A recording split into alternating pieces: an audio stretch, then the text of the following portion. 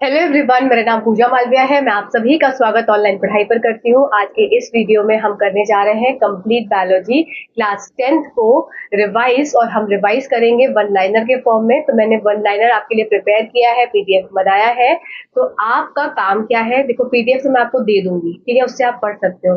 पर आपका काम क्या है, एक बार सुन लेना। सुनने से क्या रहता है, चीजें रह जाती हैं दिमाग में, और वो फिर आपके एग्जाम में इजीली रिकॉल हो पाती है।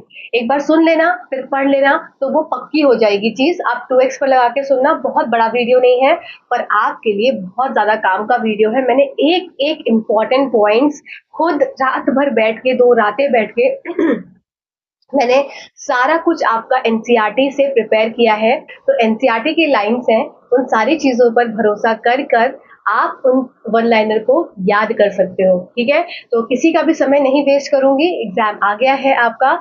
इससे पहले के वीडियोस नहीं देखे हैं जिसमें हमने एमसीक्यूज करे हैं, संपूर्ण केमिस्ट्री आई है, संपूर्ण फिजिक्स आई है, तो आप जाकर जरूर देख लो। आपके लिए बहुत ज्यादा हेल्पफुल ये सेशन है, ठीक है। लिंक आपको डिस्क्रिप्शन बॉक्स में मिल जाएगा। टेलीग्राम का लिंक भी मैं आपको डिस्क्रिप्शन बॉक्स में दे देती हूँ। और आपको कमेंट में भी चीजें पिन रहती हैं, तो जाओ, जाकर थोड़ा सा मेहनत कर कर खोज लिया करो, क्योंकि सब कंफ्यूजन होता है।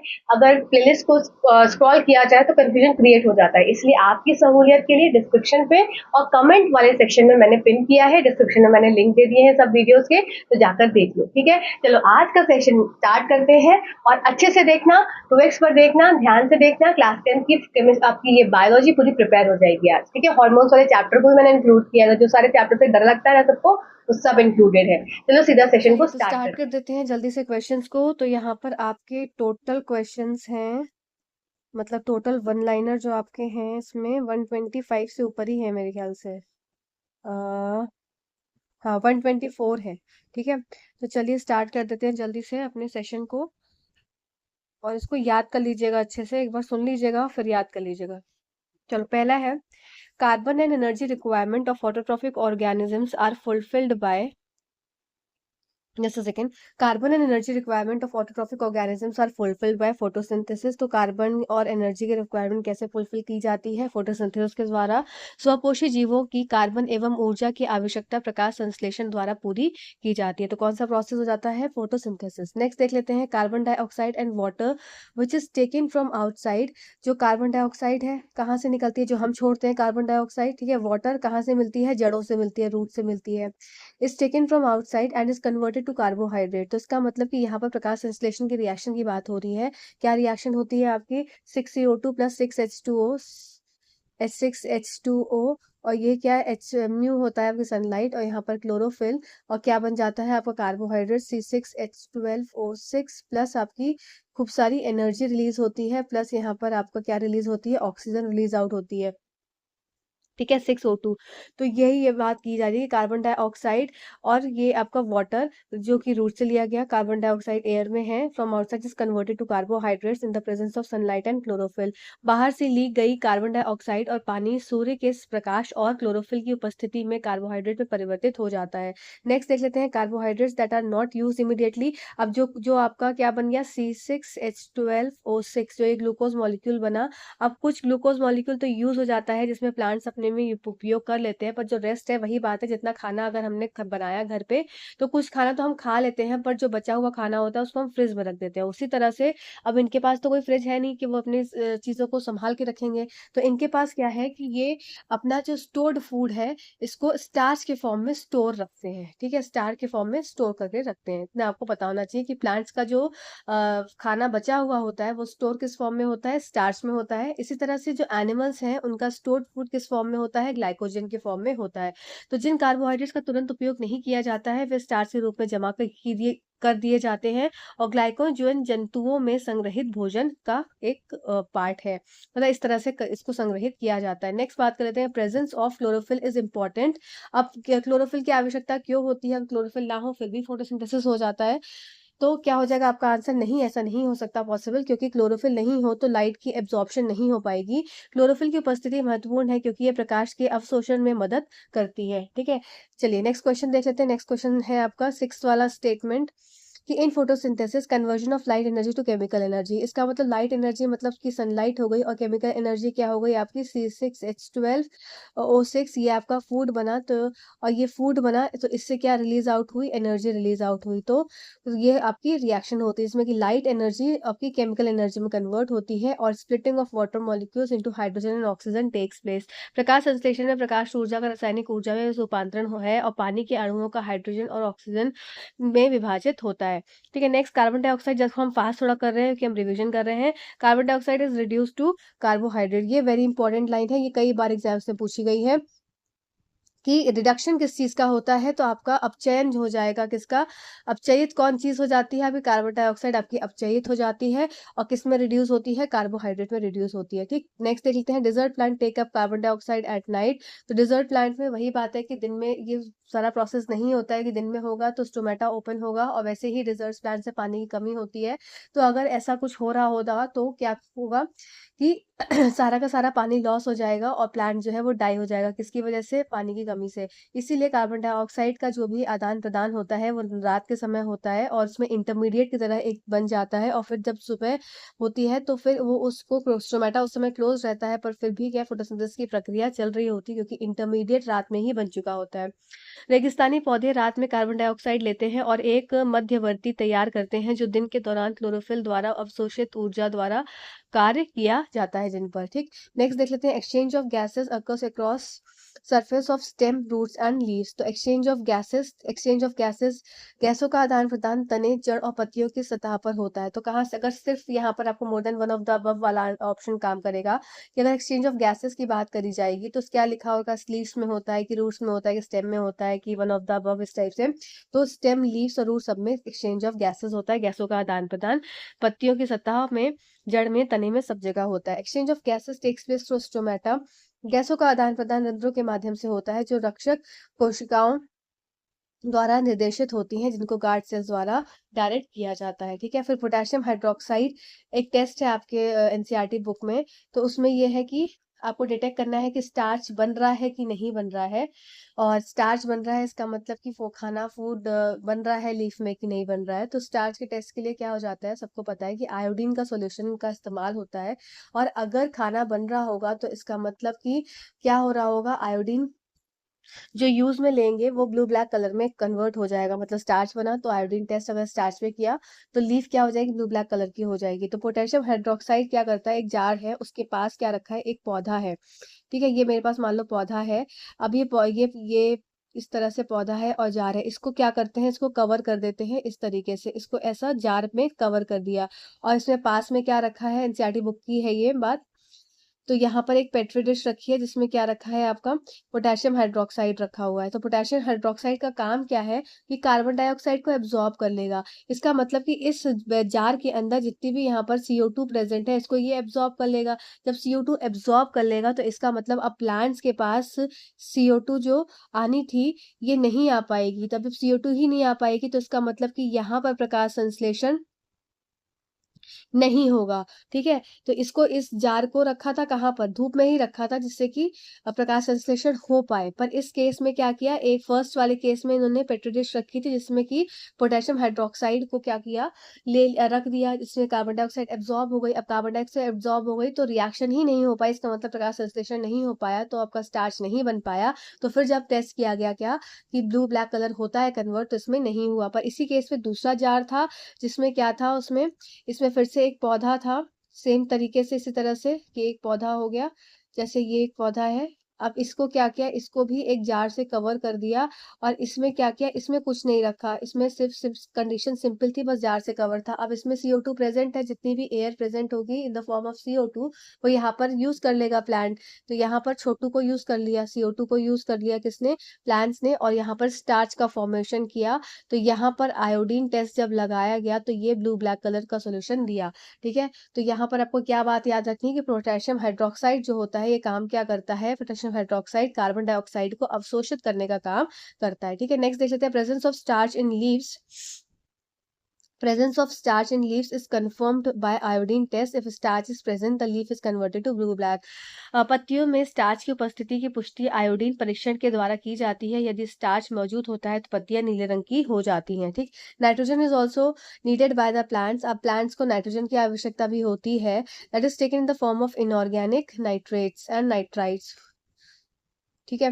तो क्या है, पौधों में नाइट्रोजन की भी आवश्यकता होती है और इसे कार्बनिक नाइट्रेट और नाइट्राइट के रूप में लिया जाता है. चलिए नेक्स्ट देख लेते हैं. नेक्स्ट क्या है, organism that break down the food material outside the body and then absorb it are bread mould, yeast and mushroom. तो मतलब कि इनका क्या बात हो रही है कि ऐसे वे जीव जो शरीर के बाहर भोजन सामग्री को तोड़ते हैं, मतलब शरीर के बाहर यहाँ पर मतलब कुछ भोजन पड़ा है तो इसमें एंजाइम्स कुछ डालेंगे और इससे क्या होगा, भोजन जो होगा उनका ब्रेक हो जाएगा आउटसाइड द बॉडी. अब ब्रेक करने के बाद फिर वो उसको क्या कर लेते हैं, एब्जॉर्ब. तो ऐसे वो कौन होते हैं जीव, तो ये आपके ब्रेड मोल्ड हो गए, यीस्ट हो गया, मशरूम हो गए. ठीक है. तो वे जीव जो शरीर के बाहर भोजन सामग्री को तोड़ते हैं और फिर उसे अवशोषित करते हैं, वे ब्रेड मोल्ड, यीस्ट और मशरूम होते हैं. ठीक है. Next, amoeba take in food using the temporary finger like extensions called the pseudopodia. Amoeba अस्थाई उंगली जैसे विस्तार का उपयोग करके भोजन ग्रहण करता है, जिसे सूडोपोडिया कहते हैं. इस तरीके से रहता है, इस तरीके से. तो मान लो यहाँ पर ये भोजन प्रेजेंट है तो ये क्या करेगा, अपने सूडोपोडिया को इस तरीके से एक्सटेंड कर कर इसको अपने अंदर ले लेगा और यहाँ पे फूड वैक्यूल के अंदर रख लेगा. ठीक है. तो food is then taken into the food vacuole and complex substances are broken down into simpler one. फिर भोजन को भोजन रसधानी के ले लिया जाता है और जटिल पदार्थ एक बार सरल पदार्थ में टूट जाता है. ठीक है. नेक्स्ट देख लेते हैं. इन paramecium the food was taken by the movement of सीलिया. अब पैरामीशियम में किस तरह से, पैरामीशियम में भोजन सीलिया की गति द्वारा लिया जाता है. मतलब मूवमेंट किसके थ्रू होता है, सीलिया के थ्रू होता है, जो कि उसकी बॉडी पे इस तरह से पूरे चारों ओर रहता है प्रेजेंट. और इसमें से क्या कर लेता है, वो फूड को लेने में ये हेल्प करता है मूवमेंट में. ठीक है. नेक्स्ट बात कर लेते हैं. आपका यहाँ पर डाइजेशन स्टार्ट हो जाता है. तो एलिमेंट्री कैनाल जो आपकी मनुष्य की आहार नाल 32 फीट की होती है. स्टेप्स ऑफ डाइजेशन ये इंपॉर्टेंट है. इसमें क्या क्या याद रखेंगे, सबसे पहले इंजेक्शन मतलब इंजेक्शन लिख दिया है उसने गूगल ने, तो इंजेक्शन है मतलब अंतग्रहण, फिर पाचन, फिर अवशोषण, फिर आत्मसात, फिर इजेक्शन. ठीक है. चलो आओ देख लेते हैं. सबसे पहले first digestion starts in mouth. की सबसे पहले ये स्टेप्स आपको याद रहने चाहिए, ये स्टेप्स याद कर लेना, बहुत इंपॉर्टेंट है. First digestion starts in mouth. सबसे पहले डाइजेशन जो है मुख में होता है, मुंह में शुरू होता है और स्टार्च यहीं पचता है. फिर मुंह में लाइसोजाइम और लार एंजाइम्स लार एमाइलेज एंजाइम्स मौजूद होती हैं. लाइसोजाइम का काम क्या होता है, लाइसोजाइम की भूमिका भोजन के साथ आने वाले बैक्टीरिया को मारना है. और लार एमाइलेज की भूमिका भोजन में मौजूद स्टार्च को पचाना है, इसे सरल चीनी में परिवर्तित करना है. तो लाइसोजाइम क्या काम करता है, ये किल करता है बैक्टीरिया को जो कि खाने के साथ आ जाती है. और सलाइवरी एमाइलेज का काम होता है डाइजेस्ट करना स्टार्च को. ठीक है. नेक्स्ट देख लेते हैं. क्या नेक्स्ट क्वेश्चन, नेक्स्ट पॉइंट है 22nd पॉइंट, कि फ्रॉम माउथ. देखिए कभी कभी क्या होता है ना, जैसे एक आपकी PYQs वाली जो PDF गई है इस तरह से, तो उसमें कभी जब मैं वो करती हूँ, जैसे गूगल ट्रांसलेशन एक तो यूज करती हूँ, दूसरा मैं यूज करती हूँ जो आपका मैं बोलती हूँ और जो गूगल टाइप करता है. तो कभी कभी ना बोलते बोलते और वो गलत टाइप कर देता है और वो एडिटिंग में रह जाता है. तो थोड़ा सा कोऑपरेट कर लिया करिए. कुछ है तो आप मुझे बताते हैं, अच्छी बात है, आप जब बताते हैं तभी मुझे पता लगता है, पर उसके पीछे मत पड़ जाया करिए. कभी कभी क्या होता है ना, बहुत ज़्यादा ऐसा लगता है कि सारी मेहनत बेकार हो जाती है इन सब चीज़ों को करने की. तो मैं कोशिश करती हूँ कि कहीं भी एडिटिंग कोई मिस्टेक ना रहे, पर फिर भी हो जाती है, ह्यूमन एरर है जो कि हो जाता है. कभी कभी मेरी आंखों से भी चीज़ें रह जाती है, रात रात भर जगते रहो तो फिर होता है ना, एकदम आंखों के आगे धुंधला पड़ जाता है कि हाँ, आप दिख ही नहीं रहा है आगे. तो थोड़ी चीज़ों को कोऑपरेट कर लिया करिए. इतनी मैं आप सब मेरे ही परिवार के हैं, तो बस इतनी मैं आपसे रिक्वेस्ट करूंगी. चलिए स्टार्ट कर देते हैं. From mouth food enters the stomach. तो माउथ से क्या है, फूड एंटर कर जाता है स्टमक में विद द हेल्प ऑफ अब देखो, with the help of movement called peristaltic movement that occurs in the oesophagus. तो मुख से भोजन अन्न प्रणाली में होने वाली क्रमानुकंचन गति नामक गति की सहायता से पेट में प्रवेश करता है. तो ये आपकी आहार, इसको ग्रास नली भी बोला जाता है, ग्रास नली. जो कि आपकी ईसोफेगस है। तो ये आपका पेरिस्टाल्टिक मूवमेंट आप करता है, इंपॉर्टेंट है, आपके ही एग्जाम में पूछा गया है, ठीक है। Protein digestion starts in stomach, तो प्रोटीन का डाइजेशन कहाँ स्टार्ट होता है, ये भी बीपीएससी का क्वेश्चन है, ठीक। प्रोटीन का डाइजेशन स्टार्ट कहाँ होता है, स्टमक में, तो प्रोटीन का पाचन पेट में शुरू होता है। फिर stomach consist of gastric glands that secrete mucus, hydrochloric acid and pepsin, ठीक है। अब ये देखो, ये जो हाइड्रोक्लोरिक एसिड है एक तरह से कैटलिस्ट का काम करता है। ये क्या करता है, कैटलिस्ट का काम क्या करने से मतलब हो गया कि जैसे कि आपके कोई एंजाइम है, उसकी रोल को एक्टिवेट कर रहा है, तो कैटलिस्ट का काम यहाँ पर इस तरीके से हो गया HCl का। ये जो पेप्सिन एंजाइम है, ये तब तक एक्टिव नहीं होगी जबकि इसको मीडियम जो माध्यम है वो एसिडिक नहीं मिलेगा। तो हाइड्रोक्लोरिक एसिड ही इस पेप्सिन को एक्टिवेट करता है, जो कि वहाँ का जो स्टमक का माध्यम है, उसका जो वातावरण है उसको अम्लीय बनाकर, ठीक। पेट में गैस्ट्रिक ग्रंथियां होती हैं जो बलगम हाइड्रोक्लोरिक एसिड और पेप्सिन का स्राव करती हैं। अब बलगम, आपका जो म्यूकस है, ये क्या करता है, ये स्टमक है आपकी, ये स्टमक की लाइनिंग पे प्रेजेंट होता है, ये स्टमक की लाइनिंग पे प्रेजेंट होता है, जो कि इसमें छिद्र होने से बचाता है, एक तरह से ये इसकी प्रोटेक्टिव लाइनिंग हो जाती है म्यूकस द्वारा, ठीक है। चलो, और पेप्सिन का काम क्या होता है, प्रोटीन का डाइजेशन।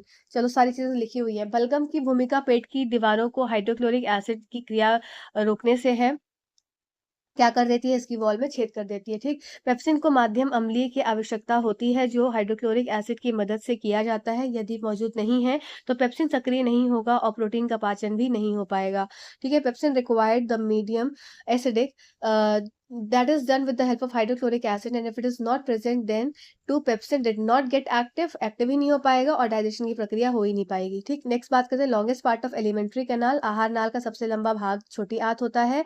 फिर घास खाने वाले शाकाहारी जानवरों में सेलुलोज को पचाने के लिए लंबी छोटी आंतों की आवश्यकता होती है, ठीक है। इसमें एक पॉइंट और था जो कि आपका क्लास 8 एनसीईआरटी का है, शायद आपको याद होगा, कि जो जुगाली करते हैं वो क्या बना लेते हैं, वो टेम्परेरी अपने फूड को स्टमक में स्टोर कर देते हैं। उनके टेम्परेरी उस स्टमक का नाम था रूमेन, और रूमेन इंग्लिश में भी और हिंदी में भी यही था, और इस प्रक्रिया को रूमिनेशन बोलते हैं, रूमिनेंथन बोलते हैं। और कड क्या है, जुगाल है, जो कि वो अपना ये पार्शली डाइजेस्टेड फूड है जिसको कड बोला जाता है, जो कि जुगाल ये वापस अपने मुंह में लाते हैं और इसका जुगाली करते रहते हैं, ठीक है। चलो, नेक्स्ट देख लेते हैं, herbivore eating grass needs a longer small intestine to allow cellulose to be digested।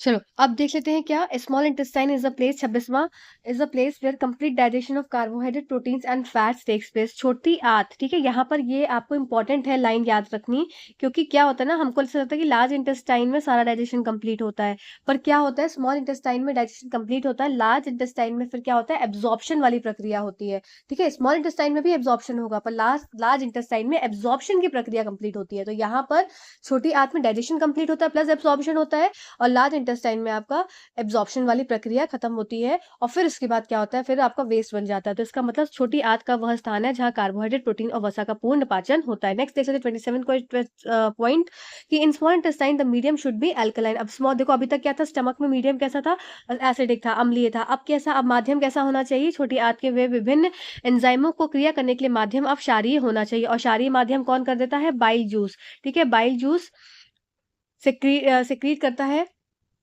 Liver secret करता है क्या, बाइल जूस। और ये बाइल जूस क्या करता है, इसका काम होता है, पहली बात तो होती है, दो काम होता है बाइल जूस का, दो काम याद रखेंगे। एक तो वसा का क्या करता है, ये इमल्सिफिकेशन करता है, इसको तोड़ता है, और किसमें तोड़ेगा, फैटी एसिड और ग्लिसरॉल में तोड़ेगा, ठीक है। और यहाँ पर बाइल का दूसरा काम क्या हो जाता है, ये मीडियम को कर देता है आपका क्षारीय, या मीडियम को कर देता है अल्कलाइन। तो दो काम हो गया इसका बाइल का। बाइल किसने सेक्रेट किया, लिवर ने, आपका यकृत ने, ठीक। ठीक है, चलो, bile is also helps in digestion of fats. Alkaline medium is done by the secretion of bile, ठीक। चलो, पैनक्रियाज, अब नेक्स्ट देख लेते हैं, pancreas secrete pancreatic juice which contain enzymes called trypsin. अब देखो, पैनक्रियाज ने सेक्रेट क्या पैनक्रियाटिक जूस, जिसके पास क्या था, एंजाइम था, जैसे ट्रिप्सिन और लाइपेज। तो ट्रिप्सिन का काम क्या था, ये प्रोटीन को डाइजेस्ट करता है, लाइपेज का काम क्या है, ये फैट को डाइजेस्ट करता है, ठीक। तो फैट का डाइजेशन बाइल ने भी किया, और फैट का फर्दर डाइजेशन किसने किया, लाइपेज ने किया, ठीक है, वेरी इंपॉर्टेंट। चलो, नेक्स्ट देख लेते हैं क्या, अग्नाशय रस का स्राव करता है,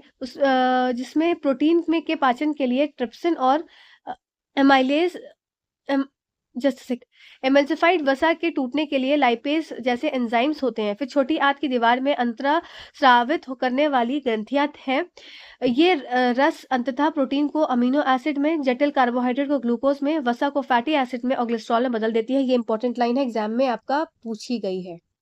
ठीक है, आपके बीपीएससी में ये पूछी गई है। क्या लाइन है ये कि वॉल्स ऑफ इंटेस्टाइन जो है वो सिक्रीट करते हैं, उसके पास कुछ ऐसी ग्रंथियां होती हैं जो सिक्रीट करती हैं इंटेस्टाइनल जूसेस। अब देखो क्या पूछा गया था कि कार्बो अमीनो एसिड्स आपके प्रोटीन्स किस में कन्वर्ट होते हैं, तो प्रोटीन्स कन्वर्ट हो जाते हैं आपके अमीनो एसिड्स में। ठीक है, फिर आपके कॉम्प्लेक्स कार्बोहाइड्रेट जो जटिल आपके कार्बोहाइड्रेट होते हैं, कार्ब्स होते हैं, वो कन्वर्ट होते हैं किसमें, ग्लूकोज में।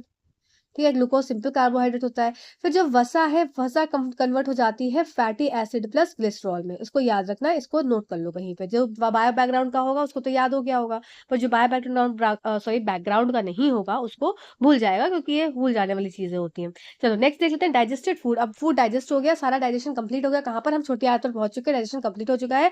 Is taken up by the walls of small intestine. अब ये सारा वॉल्स स्मॉल इंटेस्टाइन की दीवारों को क्या करेगी, एब्जॉर्ब करना स्टार्ट करेगी। जो फिंगर लाइक प्रोजेक्शंस रहती हैं जिसको विलाई बोलते हैं। पचा हुआ भोजन फिर छोटी आंत की दीवारों द्वारा उंगलियों जैसे उभारों, जिन्हें विली कहते हैं, के द्वारा ग्रहण किया जाता है। ठीक, नेक्स्ट 31 पॉइंट पे पहुंचते हैं। Villi are richly supplied with blood vessels. अब विलाई क्या होते हैं, फिंगर लाइक प्रोजेक्शंस होते हैं, और इनके आर पार क्या होता है, यहाँ पर इस तरीके से होती हैं ब्लड की वेसल्स। ठीक है, अब ये क्या करती हैं, which take absorb food to each and every cell of the body where it is utilised for obtaining energy, building up new tissues and repair of the old tissues. ठीक, villi रक्त वहिकाओं से भरपूर होती हैं जो अवशोषित भोजन को शरीर के प्रत्येक कोशिका तक ले जाती हैं, जहां इनका उपयोग नए उत्तकों के निर्माण, पुराने उत्तकों की मरम्मत के लिए ऊर्जा प्राप्त करने के लिए किया जाता है। ठीक है, चलो नेक्स्ट देख लेते हैं। नेक्स्ट क्या है आपका, द अनएब्जॉर्ब फूड। अब जो फूड आपका एक तो डाइजेस्ट हो गया, फिर एब्जॉर्ब हो गया। अब जो फूड आपका स्मॉल इंटेस्टाइन नहीं एब्जॉर्ब कर पाई, ठीक है, जो फूड स्मॉल इंटेस्टाइन नहीं एब्जॉर्ब कर पाई वो है unabsorb food, is sent to large intestine. अब ये कहाँ आ गया, लार्ज इंटेस्टाइन में। अवशोषित भोजन बड़ी आंत में भेजा जाता है। जितना अधिक मैं इसे पदार्थ से पानी सोखे गए। देखो अब ये हिंदी में ना थोड़ा सा गड़बड़ हो गया है, हिंदी में कुछ गूगल ने अलग ही टाइप कर दिया है, तो इसको काट के 32 पॉइंट का हिंदी मत देखना, नहीं तो विवाद हो जाएगा। तो क्या है, देखो सिंपल समझ लो, जो अनएब्जॉर्ब फूड है, जो कि स्मॉल इंटेस्टाइन ने एब्जॉर्ब नहीं किया, अब वो कहाँ आ जाएगा, लार्ज इंटेस्टाइन में आ जाएगा।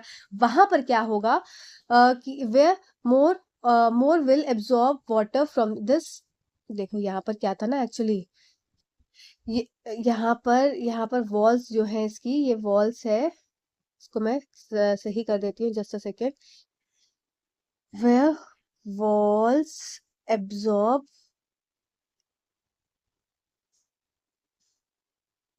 Walls absorb water from this material. ठीक है, और यहाँ पर भी प्रेजेंट होती है विलाइज। ठीक है, यहाँ पर भी प्रेजेंट होती है विलाइज। ठीक है, the rest material remove with the help of anus. शेष पदार्थ गुदा की सहायता से द्वारा निकाल दिया जाता है। Glucose breaks down into pyruvate in cytoplasm. अब ग्लूकोज का ब्रेक होता है पायरुवेट में, तो ग्लूकोज जो बना ये कन्वर्ट हो जाता है किसमें, पायरुवेट में। और ये कहाँ होती है प्रक्रिया, ये साइटोप्लाज्म में होती है। सेल फिर आपका साइटोप्लाज्म में ग्लूकोज पायरुवेट में टूट जाता है।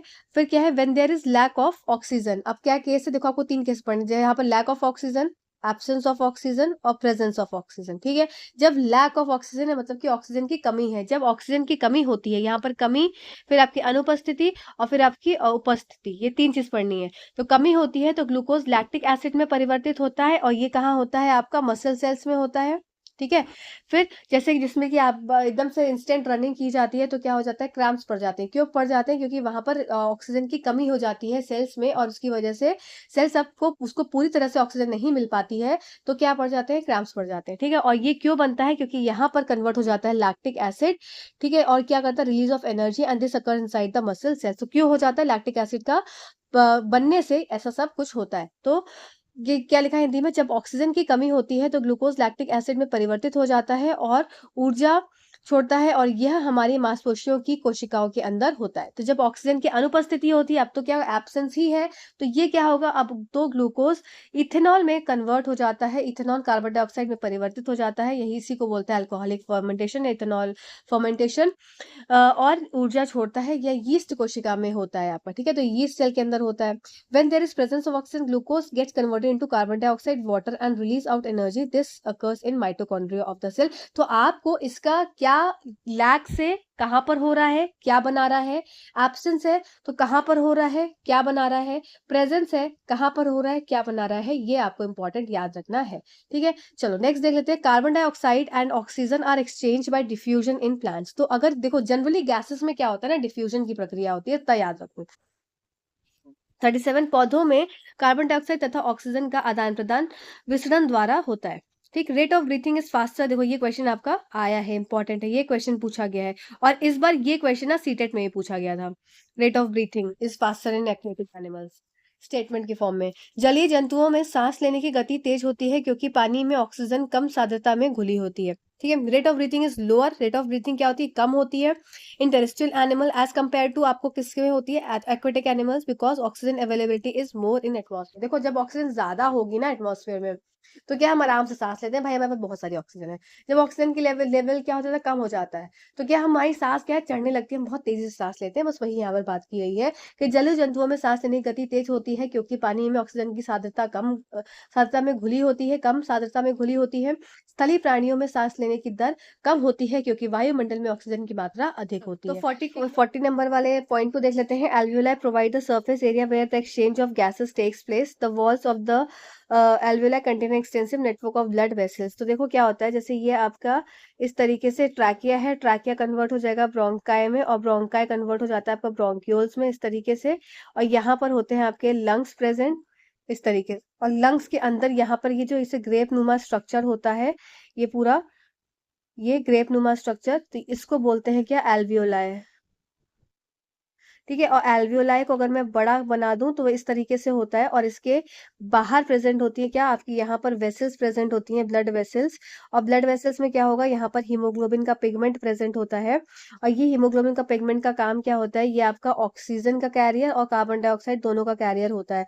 यहाँ पर भरी होती है ऑक्सीजन, तो ये ऑक्सीजन इस पिगमेंट के अंदर आ जाती है और हर एक पार्ट ऑफ द बॉडी तक ऑक्सीजन को पहुंचाता है कौन, हीमोग्लोबिन। और यहाँ से क्या लेकर आता है, यहाँ से लेकर आता है वापस से आपका यहाँ पर ये जो नीला नीला आपको दिख रहा होगा, तो ये आपका क्या हो जाता है, ब्लू अप कलर में कन्वर्ट हो जाता है एक तरह से। और ये क्या है, ये आपका डीऑक्सी युक्त ब्लड है, डीऑक्सी ब्लड है। तो डीऑक्सी ब्लड है मतलब कि ऐसा ब्लड जिसमें कि ऑक्सीजन की मात्रा नहीं है, ऑक्सीजन नहीं है। तो अब ये क्या करेगा, इसमें क्या है, इसका मतलब इसके अंदर कार्बन डाइऑक्साइड है और ये क्या करेगा, फिर ये लंग्स को के एल्वियोलाई को दे देगा। तो ऑक्सीजन बाहर अंदर आता है ब्लड वेसल में और कार्बन डाइऑक्साइड वापस एल्वियोलाई में आती है जिससे कि सांस के थ्रू बाहर इसको छोड़ी जा सके, ठीक है। आई होप ये पॉइंट आपको क्लियर हो गया होगा। ये ट्रैकिया है, यहाँ पर आपका ब्रोंकाई है, ये आपका ब्रोंकियोल्स है और ये आपके एल्वियोलाई है। और बाहर यहाँ पर प्लूरल मेम्ब्रेन होती है, प्लूरल मेम्ब्रेन किसमें, लंग्स में, ठीक। चलो नेक्स्ट देख लेते हैं। Next, blood brings carbon dioxide from the body to alveoli, जो मैंने बताया, and oxygen in the alveoli is taken by the blood transport all over the body. रक्त शरीर से कार्बन डाइऑक्साइड को एल्वियोलाई में लाता है और एल्वियोलाई में ऑक्सीजन को रक्त द्वारा शरीर में अन्य सभी भागों में भेजा जाता है। Next, carbon dioxide is more soluble in water. Carbon dioxide सबसे ज्यादा घुलनशील होती है, अधिक घुलनशील होती है, इसलिए अधिकांशतः हमारे रक्त में घुली हुई अवस्था में पहुंचाती है, ठीक है। And hence is mostly transported in dissolve form in our body, ठीक। फिर ब्लड कंसिस्ट ऑफ फ्लूइड, ये यहाँ पर आपका लास्ट वाला टीआरई में क्वेश्चन आया था, ठीक है। क्या क्वेश्चन था, पीवाईक्यू है ये। Blood consist of fluid medium called plasma in which cells are suspended, ठीक है। रक्त प्लाज्मा नामक द्रव्य माध्यम से बना होता है जिसमें कोशिकाएं निलंबित रहती हैं। Plasma transport food, carbon dioxide and nitrogen waste in the dissolve from. Plasma भोजन, कार्बन डाइऑक्साइड और नाइट्रोजन युक्त अपशिष्ट को घुले रूप में ले जाता है। एक दो बार इसको एक बार सुन लेना, सिर्फ एक बार, और एक बार पढ़ लेना, आपको सब याद हो जाएगा। Amphibians and many reptiles have 3 chambered heart हो गया, चैम्बर्ड हार्ट, ठीक है। एम्फीबियंस इन मेनी रेप्टाइल्स, उभयचर और जो आपके सरीसृप होते हैं, तीन इसके चैम्बर्स होते हैं, हृदय के चैम्बर्स होते हैं। फिशेस के पास 2 चैम्बर्ड हार्ट होता है। कशकीय आपका कक्षीय हृदय होता है मछलियों के पास। ठीक है, नेक्स्ट बात करते हैं inferior and superior vena cava केवा brings the deoxygenated blood to the heart. Just a second. Inferior vena cava. Inferior and superior vena cava brings deoxygenated blood to the heart। तो ये वेरी इंपॉर्टेंट लाइन है कि जो superior vena cava होती है, ये आपकी वेना केवास होती हैं। वेना केवास मतलब निचली और ऊपरी वेना गुफाएं आपकी।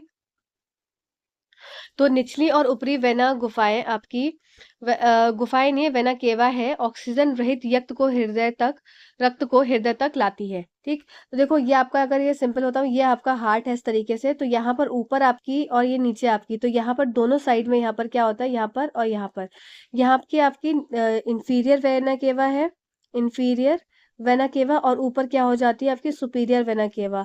तो इंफीरियर और सुपीरियर वेना केवा से मतलब ये क्या काम करती है, ये आपकी डीऑक्सी युक्त ब्लड कहाँ से, आपके सेल्स से या बॉडी सेल से ये कहाँ तक लेके आ रही है, हार्ट तक लेकर आ रही है। तो सुपीरियर और इंफीरियर वेना केवा का काम क्या रहता है, डीऑक्सी युक्त ब्लड को हृदय तक पहुंचाना। ठीक है, फिर pulmonary artery is the only artery that carries the oxygenated blood. और पल्मोनरी आर्टरी कैसी होती है, एक ऐसी आर्टरी है, सिर्फ एक ऐसी आर्टरी है जो कैरी करती है ऑक्सीजनेटेड ब्लड। जैसे वापस से हार्ट को देखेंगे तो यहाँ पर यहाँ से आपका क्या आ गया, डीऑक्सी युक्त ब्लड आ गया।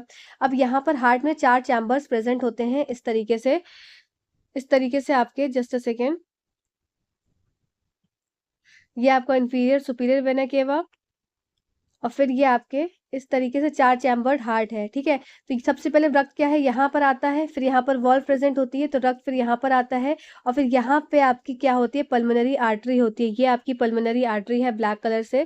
तो ये पल्मोनरी आर्टरी का काम क्या होता है, डीऑक्सी युक्त ब्लड को कहाँ तक लेकर जाना, लंग्स तक लेकर जाना। अब लंग्स में क्या होता है, इसका ऑक्सीकरण हो जाता है, तो फिर यहाँ से आपकी निकलती है क्या, किस कलर से दिखाऊं, इससे, चलो, तो यहाँ से निकलती है आपकी, ये आपकी नलिका वापस आपके, ये जो चैम्बर है ना, ये आपका फर्स्ट चैम्बर, ये आपका सेकंड चैम्बर, ये आपका थर्ड चैम्बर में हार्ट में भरता है। तो यहाँ से ब्लड सारा आ गया कैसा, अब ये ब्लड कैसा है आपका, ऑक्सी युक्त ब्लड है। तो ये कौन सी वेन है, ये आपकी वापस हार्ट में लेकर आ रही है, तो ये इसका नाम हो जाता है आपका, ये है आपकी पल्मोनरी वेन। तो पल्मोनरी वेन इसकी आपकी फुफ्फुस शिराएं हैं, एक ऐसी शिरा होती है जो कि ऑक्सीयुक्त ब्लड लेकर आती है हार्ट तक, फिर यहाँ पर एंटर हो जाएगा सारा का सारा ब्लड, और फिर यहाँ से महाधमनी होती है एओर्टा, ये होती है एओर्टा, जो कि आपके सारे बॉडी सेल्स तक ऑक्सीयुक्त ब्लड लेकर जाती है। तो इस तरह से 2 बार हार्ट में ब्लड एंटर होता है। पहला एंट्रेंस कहाँ था हार्ट का, सबसे पहला एंट्रेंस ये था, ये वाला एंट्रेंस था, जहाँ पे सुपीरियर और इंफीरियर वेना केवा से ब्लड यहाँ पर एंटर हुआ था, फिर ब्लड वापस से लंग्स में चला गया था, और फिर वापस से लंग्स से ब्लड यहाँ पर एंटर हुआ। तो इसलिए 2 बार सर्कुलेशन होता है हार्ट में, इसलिए इसको डबल सर्कुलेशन भी कहा जाता है। इस बार सीटेट में क्वेश्चन पूछा गया था। ठीक है, देखो, pulmonary artery is the only artery that carry the oxygenated blood. वैसे आर्टरीज का काम क्या होता है, ये ऑक्सीजनेटेड ब्लड लेकर जाती हैं। ठीक है, पर पल्मोनरी आर्टरी ही ऐसी आर्टरी है जो कि क्या कैरी करती है, ऑक्सीजनेटेड। तो यहाँ पर क्या लिखा है, pulmonary artery is the only artery that carry deoxygenated blood from the chamber of heart to lungs for oxygenation. फुफ्फुस धमनी एकमात्र धमनी है जो ऑक्सीजन रहित रक्त को ऑक्सीजन के लिए, ऑक्सीजनेशन के लिए हृदय के कक्ष से फेफड़े तक ले जाती है। फिर pulmonary vein is the only vein that carry the oxygenated blood from lungs back to the heart. तो पल्मोनरी नस आपकी ये फुफ्फुस शिराएं जो होती है, एकमात्र शिराएं हैं जो फेफड़ों से ऑक्सीजन युक्त रक्त को वापस हृदय तक ले जाती है। ठीक है, नेक्स्ट देख लेते हैं एओर्टा। एओर्टा का काम क्या होता है, बहुत इंपॉर्टेंट है। महाधमनी ऑक्सीजन युक्त रक्त को हृदय से शरीर के विभिन्न भागों तक ले जाती है। It carries oxygenated blood from heart to different body parts. ठीक है, चलो, since blood comes twice in heart so it is called a double circulation.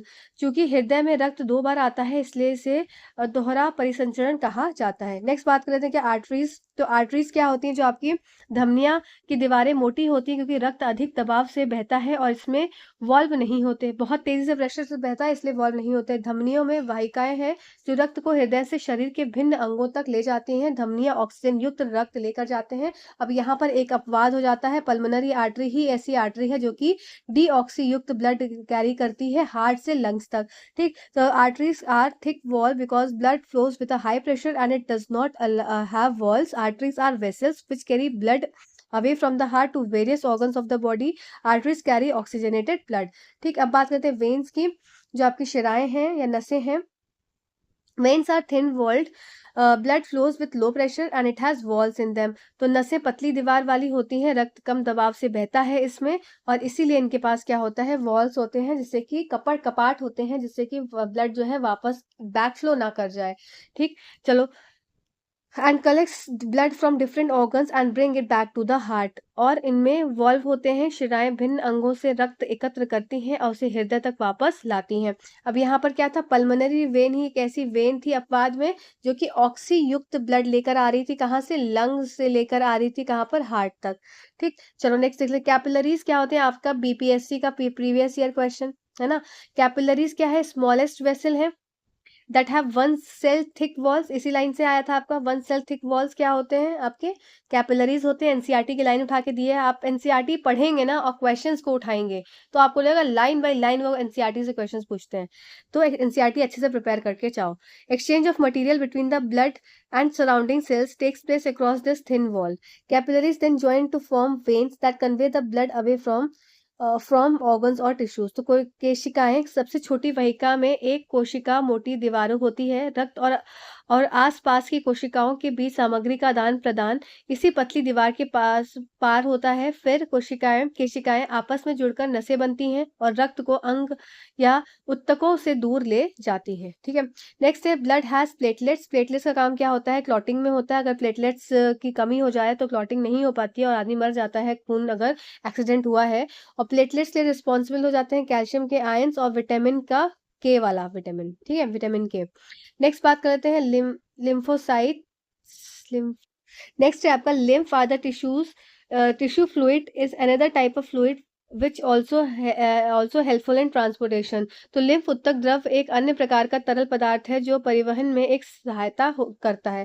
Through the pores present in the walls of capillaries. अब देखो lymph क्या है, तो आपके ना एग्जाम में आपको लिम्फ से कंफ्यूजन हुआ था, तो आपका सिर्फ एक तरल पदार्थ पूछा गया था कि क्या है, प्लाज्मा है कि लिम्फ है कि दोनों है, क्या है, तो आपका सिर्फ उसमें आंसर आ जाएगा क्या, प्लाज्मा में, क्योंकि कंपोनेंट ऑफ ब्लड पूछा था, आपके जो खून है उसके कंपोनेंट्स पूछे थे, तो उसमें आप लिम्फ नहीं लिखेंगे। लिम्फ अलग एक लिम्फेटिक सिस्टम होता है। लिम्फ क्या होता है, अब यहाँ से देखेंगे कि जो पोर्स होते हैं प्रेजेंट किसमें, वॉल्स ऑफ द कैपिलरीज में, उस पोर्स से ये कुछ स्राव होता रहता है, कुछ small amount of plasma protein and blood cells escape हो जाते हैं इंटरसेल्युलर स्पेस में। अब जो ये चीजें एस्केप हो जाती हैं, निकल जाती हैं इन पोर्स से, इसमें इसी फ्लूइड को बोलते हैं लिम्फ। ठीक है, केशिकाओं की दीवारों में मौजूद छिद्रों के माध्यम से कुछ मात्रा में प्लाज्मा प्रोटीन और रक्त कोशिकाएं उत्तकों में अंतर कोशिकीय स्थान में उत्तक द्रव या लसिका बनाने के लिए निकल जाती है, तो इसको बोलते हैं लिम्फ। ठीक है, तो लिम्फ और आपका प्लाज्मा अलग हो गया। देखो, lymph is colourless and contains very less proteins. लसिका रंगहीन होता है और इसमें बहुत कम मात्रा में प्रोटीन पाया जाता है। नेक्स्ट बात करते हैं absorption of substances like nitrogen, phosphorus and other minerals from soil occurs through diffusion. ठीक है, तो इनका एब्जॉर्प्शन मृदा में नाइट्रोजन, फॉस्फोरस तथा अन्य खनिज पदार्थों का अवशोषण विसरण के माध्यम से होता है। जब मृदा संपर्क में अंग when there is less distance between the soil contacting organs the chlorophyll containing organs. ठीक है, जब क्या होता है आपका, जब मृदा संपर्क अंग तथा क्लोरोफिल युक्त अंग के बीच में कम दूरी होती है तब डिफ्यूजन की प्रक्रिया होती है। ठीक, next, but when the distance is more, जब डिस्टेंस मोर होता है तब क्या होता है, उस कंडीशन में एक अलग से वेसल्स का इस्तेमाल होता है, जैसे कि आपके जाइलम वेसल हो गए या फ्लोएम वेसल हो गए, तब जाकर फूड का या वाटर का ट्रांसपोर्टेशन होता है। लेकिन जब दूरियां अधिक होती हैं तो परिवहन व्यवस्था निश्चित नहीं होती। जाइलम उत्तकों में जड़ें, तना और पत्तियों की वहिकाओं और वहिकाएं आपस में जुड़कर पौधों के सभी भागों तक पहुंचने वाले जल प्रवाहिकीय चैनल के एक सतत प्रणाली बनाती है। इन xylem tissues vessels and tracheids of very important line है। ठीक है, इसको इंपॉर्टेंट मार्क करके याद कर लेना, xylem tissues, vessels and tracheids. तो ये तीनों चीज होती है, जाइलम टिश्यूज भी होते हैं, वेसल्स भी होते हैं, ट्रैकीज भी होते हैं, और roots, stem and leaves are interconnected to form a continuous system of water conducting channels reaching all parts of the body. ठीक है, नेक्स्ट देख लेते हैं, the loss of water in the form of vapours. Just a second. हाँ, the loss of water in the form of vapours from the aerial part of the plant is known as, ये क्या होता है, ये आपका होता है transpiration. Transpiration helps in absorption and upward movement of water and minerals dissolved in it from roots to the leaves. It also helps in temperature regulation. ठीक है, तो पौधे में वह हवाई भागों से वाष्प के रूप में पानी की हानि को वाष्पोत्सर्जन कहा जाता है।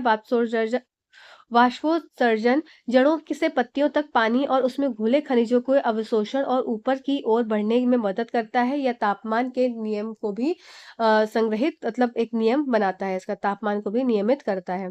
ठीक है, नेक्स्ट बात करते हैं transport of soluble products of photosynthesis with the help of phloem is called the translocation. अब ट्रांसलोकेशन क्या होता है, एक तरह से फ्लोएम की मदद से जो खाना बना उस खाने को डिफरेंट पार्ट्स तक पहुंचाना, तो इसको ट्रांसलोकेशन बोलते हैं। फ्लोएम की सहायता से प्रकाश संश्लेषण के घुलनशील उत्पादों का परिवहन स्थानांतरण कहलाता है। ठीक है, आपका ये ट्रांसलोकेशन कहलाता है। Besides the product of photosynthesis, phloem also transport amino acids and other substances. प्रकाश संश्लेषण के उत्पाद के अलावा फ्लोएम अमीनो एसिड और अन्य पदार्थों का भी परिवहन करता है। Translocation of food and other substances takes place in sieve tubes. ये इंपॉर्टेंट पॉइंट्स हैं, इसको नोट करेंगे, इंपॉर्टेंट मार्क करेंगे जिससे कि आपको याद रहे। ये किसके द्वारा होता है, अगर मैं फ्लोएम के लिए स्पेसिफिकली बोलूं कि ट्रांसपोर्टेशन किसके द्वारा, कौन से ट्यूब्स के द्वारा या कौन से ऐसी चीजों के सेल्स के द्वारा होता है, तो सीव ट्यूब या सीव सेल्स के द्वारा होता है। That help with the help of adjacent. तो देखो, ट्रांसलोकेशन ऑफ फूड किसके द्वारा होता है, फ्लोएम के द्वारा होता है। पर फ्लोएम में स्पेसिफिकली बोला जाए किसके द्वारा होता है, तो सीव ट्यूब्स के द्वारा होता है। एनसीईआरटी की लाइन है, ठीक है, सीव ट्यूब्स। ठीक, with the help of adjacent companion cells both upward and downward direction. और देखो इसमें क्या होता है, बाईवे मूवमेंट होता है, किसमें, फ्लोएम में। और जाइलम में क्या होता है, सिर्फ वन डायरेक्शनल मूवमेंट होता है, यूनिडायरेक्शनल होता है। ठीक है, transport in xylem is simple physical process but translocation in phloem is achieve by utilising energy. तो ट्रांसलोकेशन में क्या है, एनर्जी की रिक्वायरमेंट होती है। Transport in xylem physical process क्यों है ये समझेंगे। जैसे मेरे पास ये पेड़ है, अब पेड़ में क्या है, यहाँ से जड़ों ने क्या किया, एब्जॉर्ब करना शुरू किया पानी को। अब ये क्यों एब्जॉर्ब करती हैं पानी को, क्योंकि यहाँ से कंटिन्यूएशन में क्या हो जाता है ना, ट्रांसपिरेशन की प्रक्रिया चल रही होती है, जिससे कि वाटर वेपर के फॉर्म में पानी निकलता जाता है। तो इसका मतलब पानी की रिक्वायरमेंट लगी किसको, पौधों को। अब जब पानी की रिक्वायरमेंट लगती है पौधों को, तो पौधे क्या करते हैं, एक तरह से सक्शन क्रिएट करते हैं। इस सक्शन की वजह से पानी बिना किसी एनर्जी की एक्स्ट्रा ये ऊपर चला जाता है। पर फ्लोएम में ऐसा नहीं होता, इसलिए फ्लोएम में क्या है, अतिरिक्त ऊर्जा की आवश्यकता होती है। तो जाइलम में परिवहन एक सरल शारीरिक प्रक्रिया है, लेकिन फ्लोएम में स्थानांतरण ऊर्जा का उपयोग करके ये प्राप्त होता है। ठीक है, नेक्स्ट है the biological process that involves in the removal of harmful metabolic waste from the body is excretion. शरीर से हानिकारक अपचयित अपशिष्ट को बाहर निकालने वाले जैविक प्रक्रिया को उत्सर्जन की प्रक्रिया कहते हैं। Unicellular organisms remove waste by simple diffusion. एक कोशिकीय जीव सरल प्रसार द्वारा अपशिष्ट को हटाते हैं अपने शरीर से। एक्सक्रीटरी सिस्टम ऑफ ह्यूमंस की बात करी जाए तो मनुष्य में उत्सर्जन तंत्र में एक जोड़ी किडनी होती है, एक जोड़ी मूत्र वाहिनी होती है, एक मूत्राशय होता है, एक मूत्र मार्ग होता है। फिर आर्टिफिशियल किडनी, तो आप यहाँ समझ लीजिए जल्दी से, इस तरीके से स्ट्रक्चर होता है, ये किडनी का स्ट्रक्चर है। यहाँ से आपके यूरेटर्स निकलते हैं और ये आपकी यूरिनरी ब्लैडर है, ये आपका यूरेथ्रा है। तो ये किडनी हो गई, ये यूरेटर हो गया। ठीक है, यूरेटर मतलब आपका क्या हो गया, मूत्रवाहिनी हो गई। ये आपका मूत्राशय हो गया, मूत्राशय जिसको बोलते हैं ब्लैडर। और ये हो गया आपका मूत्र मार्ग, जहाँ से यूरिन जो है पास आउट हो जाती है। ठीक, artificial kidney is a device to remove the nitrogenous products from the body through dialysis. कृत्रिम किडनी डायलिसिस के माध्यम से रक्त से नाइट्रोजन उत्पादों को हटाने का एक उपकरण है। नेक्स्ट बात करते हैं कि आर्टिफिशियल किडनी के पास क्या क्या चीजें होती हैं। तो artificial kidney contains a number of tubes with a semi permeable lining suspended in a tank filled with dialysing fluid. The patient blood is passed through these tubes. The waste product from the blood pass into the dialysing fluid by diffusion. तो कौन सी प्रक्रिया लगी इसमें, diffusion की प्रक्रिया से सारा कुछ प्रोसेस हो रहा है। ठीक है, कृत्रिम किडनी में अर्ध परागम अस्तर वाली कई नलिकाएं होती हैं जो डायलिसिस द्रव्य से भरे टैंक में लटकी होती हैं। इन नलिकाओं के माध्यम से रोगी का रक्त प्रवाहित किया जाता है। रक्त में से अवशिष्ट उत्पाद विसरण द्वारा डायलिसिस द्रव्य में चले जाते हैं। ठीक है, नेक्स्ट देख लेते हैं। नेक्स्ट क्या है आपका, excess water is removed by transpiration. अगर पौधों में बहुत अधिक मात्रा में पानी हो जाता है तो वो ट्रांसपिरेशन की प्रक्रिया से रिमूव आउट होता है। वाष्पोत्सर्जन द्वारा अतिरिक्त जल को बाहर निकाला जाता है। ठीक है, plant consist of dead cells that can even lose some part of a leaves, तो जो पत्तियां गिर जाती हैं तो इसका मतलब क्या है, वो डेड हो जाती हैं, मतलब अगर इंटेंशनली ना तोड़ा जाए तो अपने आप वो निकल जाती हैं। Waste product store in leaves that fall off, तो इसके साथ साथ क्या है, वेस्ट प्रोडक्ट जो कि प्लांट्स का होता है वो भी उसमें स्टोर हो जाता है, जो कि वो लीफ उसको गिरा देती है। ठीक है, पौधों से मृत कोशिकाओं पौधों में मृत कोशिकाएं होती हैं जो पत्तियों के रूप में अपना कुछ भाग भी खो सकती हैं। ठीक है, हिंदी में थोड़ा ट्रांसलेशन में लोचा हो गया है तो थोड़ा उसको देख लेना, इंग्लिश में पढ़ लेना।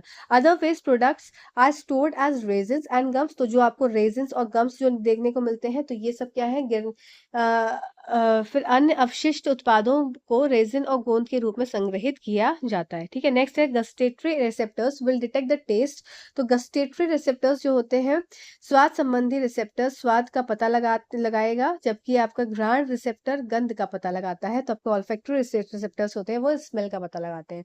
नर्वस सिस्टम वाले चैप्टर पे हम आ चुके हैं, तो nervous tissues is made up of an organise network of nerve cells, तंत्रिका ऊतक शरीर के एक हिस्से से दूसरे हिस्से तक विद्युत आवेगों के माध्यम से जानकारी पहुंचाने के लिए तंत्रिका कोशिकाओं या न्यूरॉन्स में एक संगठित नेटवर्क बने हैं। ठीक है, तो इसका किसका इस्तेमाल होता है, न्यूरॉन्स का इस्तेमाल होता है, और ये क्या करते हैं, इलेक्ट्रिकल इंपल्स को कंडक्ट करते हैं from one part of the body to other. तो nervous system is made up of an organise network of nerve cells, इन नर्व सेल्स को न्यूरॉन्स भी बोलते हैं, for conducting the information via the electrical impulse from one part of the body. अब इसको देखो इधर इस तरीके से, ये आपका क्या होता है, ये आपका न्यूरॉन है, एक्सॉन, और यहाँ पे साइड में जाते हैं आपके एक्सॉन टर्मिनल। यहाँ पर इसके इस भाग पर क्या प्रेजेंट होते हैं, इस तरीके से ये आपके हो जाते हैं डेंड्राइट्स, जिसका काम क्या होता है, जो इससे पहले जो यहाँ पे भी लगा हुआ डेंड्राइट, तो उससे क्या है, सिग्नल को लेता है डेंड्राइट, और फिर क्या करता है, ये आपके सेल बॉडी को दे देगा, यहाँ से फिर एक्सॉन के थ्रू आपका नर्व एंडिंग्स पे जाएगा। यहाँ पर सिनेप्स होता है, सिनेप्स एक गैप होता है, दो गैप जंक्शन है जो दो न्यूरॉन के बीच में, और ये केमिकल सिक्रीट करता है जो कि दूसरा यहाँ पर लगा हुआ जो डेंड्राइट है इसको कैच करेगा। ठीक है, इस तरीके से ये सारा प्रोसेस होता है, ये पढ़ लेते हैं। Dendrites are the structures of neurons that function. अब देखो डेंड्राइट कहाँ प्रेजेंट है, ये आपका सेल बॉडी हो गया, और सेल बॉडी के बाहर ये वाला हिस्सा हो जाता है, ये आपके जो इस तरह से निकले होते हैं ऐसे, ये फुलतुरु जैसे, तो ये डेंड्राइट्स होते हैं, लाल लाल जो है। ठीक है, a structure of neuron that functions by receiving electrical message and transmit message to the cell body, और इसने यहाँ से क्या लिया, मैसेज ले लिया। ठीक है, यहाँ से मैसेज ले लिया, ये मैसेज था, इसने इसको फिर सेल बॉडी को ट्रांसफर कर दिया। Cell body consist of nucleus, Golgi body, endoplasmic reticulum, mitochondria and other components. फिर 61 है, डेंड्राइट न्यूरॉन्स की संरचना है जो विद्युत संदेश प्राप्त करके कार्य करती है और कोशिका शरीर के तक संदेश पहुंचाती है। कोशिका शरीर में आपके क्या होते हैं, न्यूक्लियस है, आपका नाभिक है, फिर गोल्गी बॉडी है, एंडोप्लाज्मिक रेटिकुलम है, माइटोकॉन्ड्रिया और अन्य घटक भी पाए जाते हैं। ठीक, नेक्स्ट देख लेते हैं क्या है, axon. Axon is a tube like structure, तो देखो ये क्या था आपका, ये सेल बॉडी थी और इसके ऊपर लगे थे फुलतुरु, ये डेंड्राइट थे। अब इसके बाद ये है आपका axon. Axon is a tube like structure that carries electrical impulse from cell body to axon terminal, और यहाँ पे है आपके ये इस तरीके से एक्सॉन टर्मिनल। तो आपका ये जो यहाँ से सिग्नल आया, यहाँ से तब सबसे पहला सिग्नल यहाँ पे था, यहाँ से डेंड्राइट पे है, डेंड्राइट से सेल बॉडी में है, सेल बॉडी से एक्सॉन के थ्रू आपका यहाँ पर चला गया। ठीक है, तो एक्सॉन एक ट्यूब जैसी संरचना है जो विद्युत आवेग को कोशिका शरीर के एक्सॉन टर्मिनल तक ले जाती है, जो आवेग को दूसरे न्यूरॉन तक पहुंचाती है। ठीक है, सिनेप्स। सिनेप्स क्या है, एक तरह से सिनेप्स एक न्यूरॉन के टर्मिनल्स और दूसरे न्यूरॉन के टर्मिनल के बीच का रासायनिक जंक्शन है। तो यहाँ पर ये वाला एरिया क्या हो जाता है, सिनेप्टिक क्लेफ्ट होता है। फिर माइलिन शीट इसके ऊपर प्रेजेंट होती है, क्या, माइलिन शीट, ये इस तरीके से माइलिन शीट होती है प्रेजेंट हर एक्सॉन के ऊपर। ठीक है, is a insulating layer and made up of proteins and fatty acids, its allow electrical impulse to transmit quickly. इसका काम क्या होता है, इलेक्ट्रिकल इंपल्स जो भी जा रहा है वो बहुत तेजी से जाए, इसका काम सिर्फ इतना ही होता है। ठीक है, चलो, और इसके बीच में क्या प्रेजेंट होते हैं, इसके बीच में प्रेजेंट होते हैं ये जो एरिया गैप गैप दिख रहा है, ये होता है आपके नोड्स ऑफ रणवीर। ठीक है, नोड्स ऑफ रणवीर। चलो आगे देखते हैं क्या क्या चीजें लिखी हुई है। तो माइलिन शीट यह इंसुलेशन परत है जो प्रोटीन ऑफ फैटी एसिड से बनी होती है, या विद्युत आवेग को तंत्रिका कोशिकाओं के माध्यम से तेजी से और कुशलता से संचारित करने में एक अनुमति देती है। ठीक है, फिर नोड्स ऑफ रणवीर क्या है, there are the gaps in the insulated myelin sheet that serve to facilitate the rapid conduction of nerve impulse. तो मतलब फैसिलिटेट करती है कि और तेजी से भाई नर्व इंपल्स को क्या हो, आगे बढ़ना चाहिए, जिससे कि इंफॉर्मेशन बहुत तेजी से आगे जाए। तो रणवीर के नोड्स क्या है, इंसुलेटेड माइलिन शीट के अंतराल हैं जो तंत्रिक आवेग को तेजी से संचालन में क्या है, सुविधाजनक बनाने में उसका उपयोग होता है। ठीक, फिर इसके बाद आ जाते हैं शिकवान सेल्स, स्केवान सेल्स, स्केवान बोलते हैं, कुछ शिवान सेल्स बोलते हैं, तो जो भी आपको बोलना है। तो आपके श्वान कोशिकाएं परिधि तंत्रिका तंत्र की कोशिकाएं हैं जो माइलिन आवरण का निर्माण करती हैं। श्वान सेल्स आधा या श्वान सेल्स आधा cells in peripheral nervous system that produce the myelin sheet. तो इसका काम क्या है? माइलिन शीट को बनाना। किसका काम? श्वान सेल्स का। ठीक है, चलो नेक्स्ट देख लेते हैं क्या।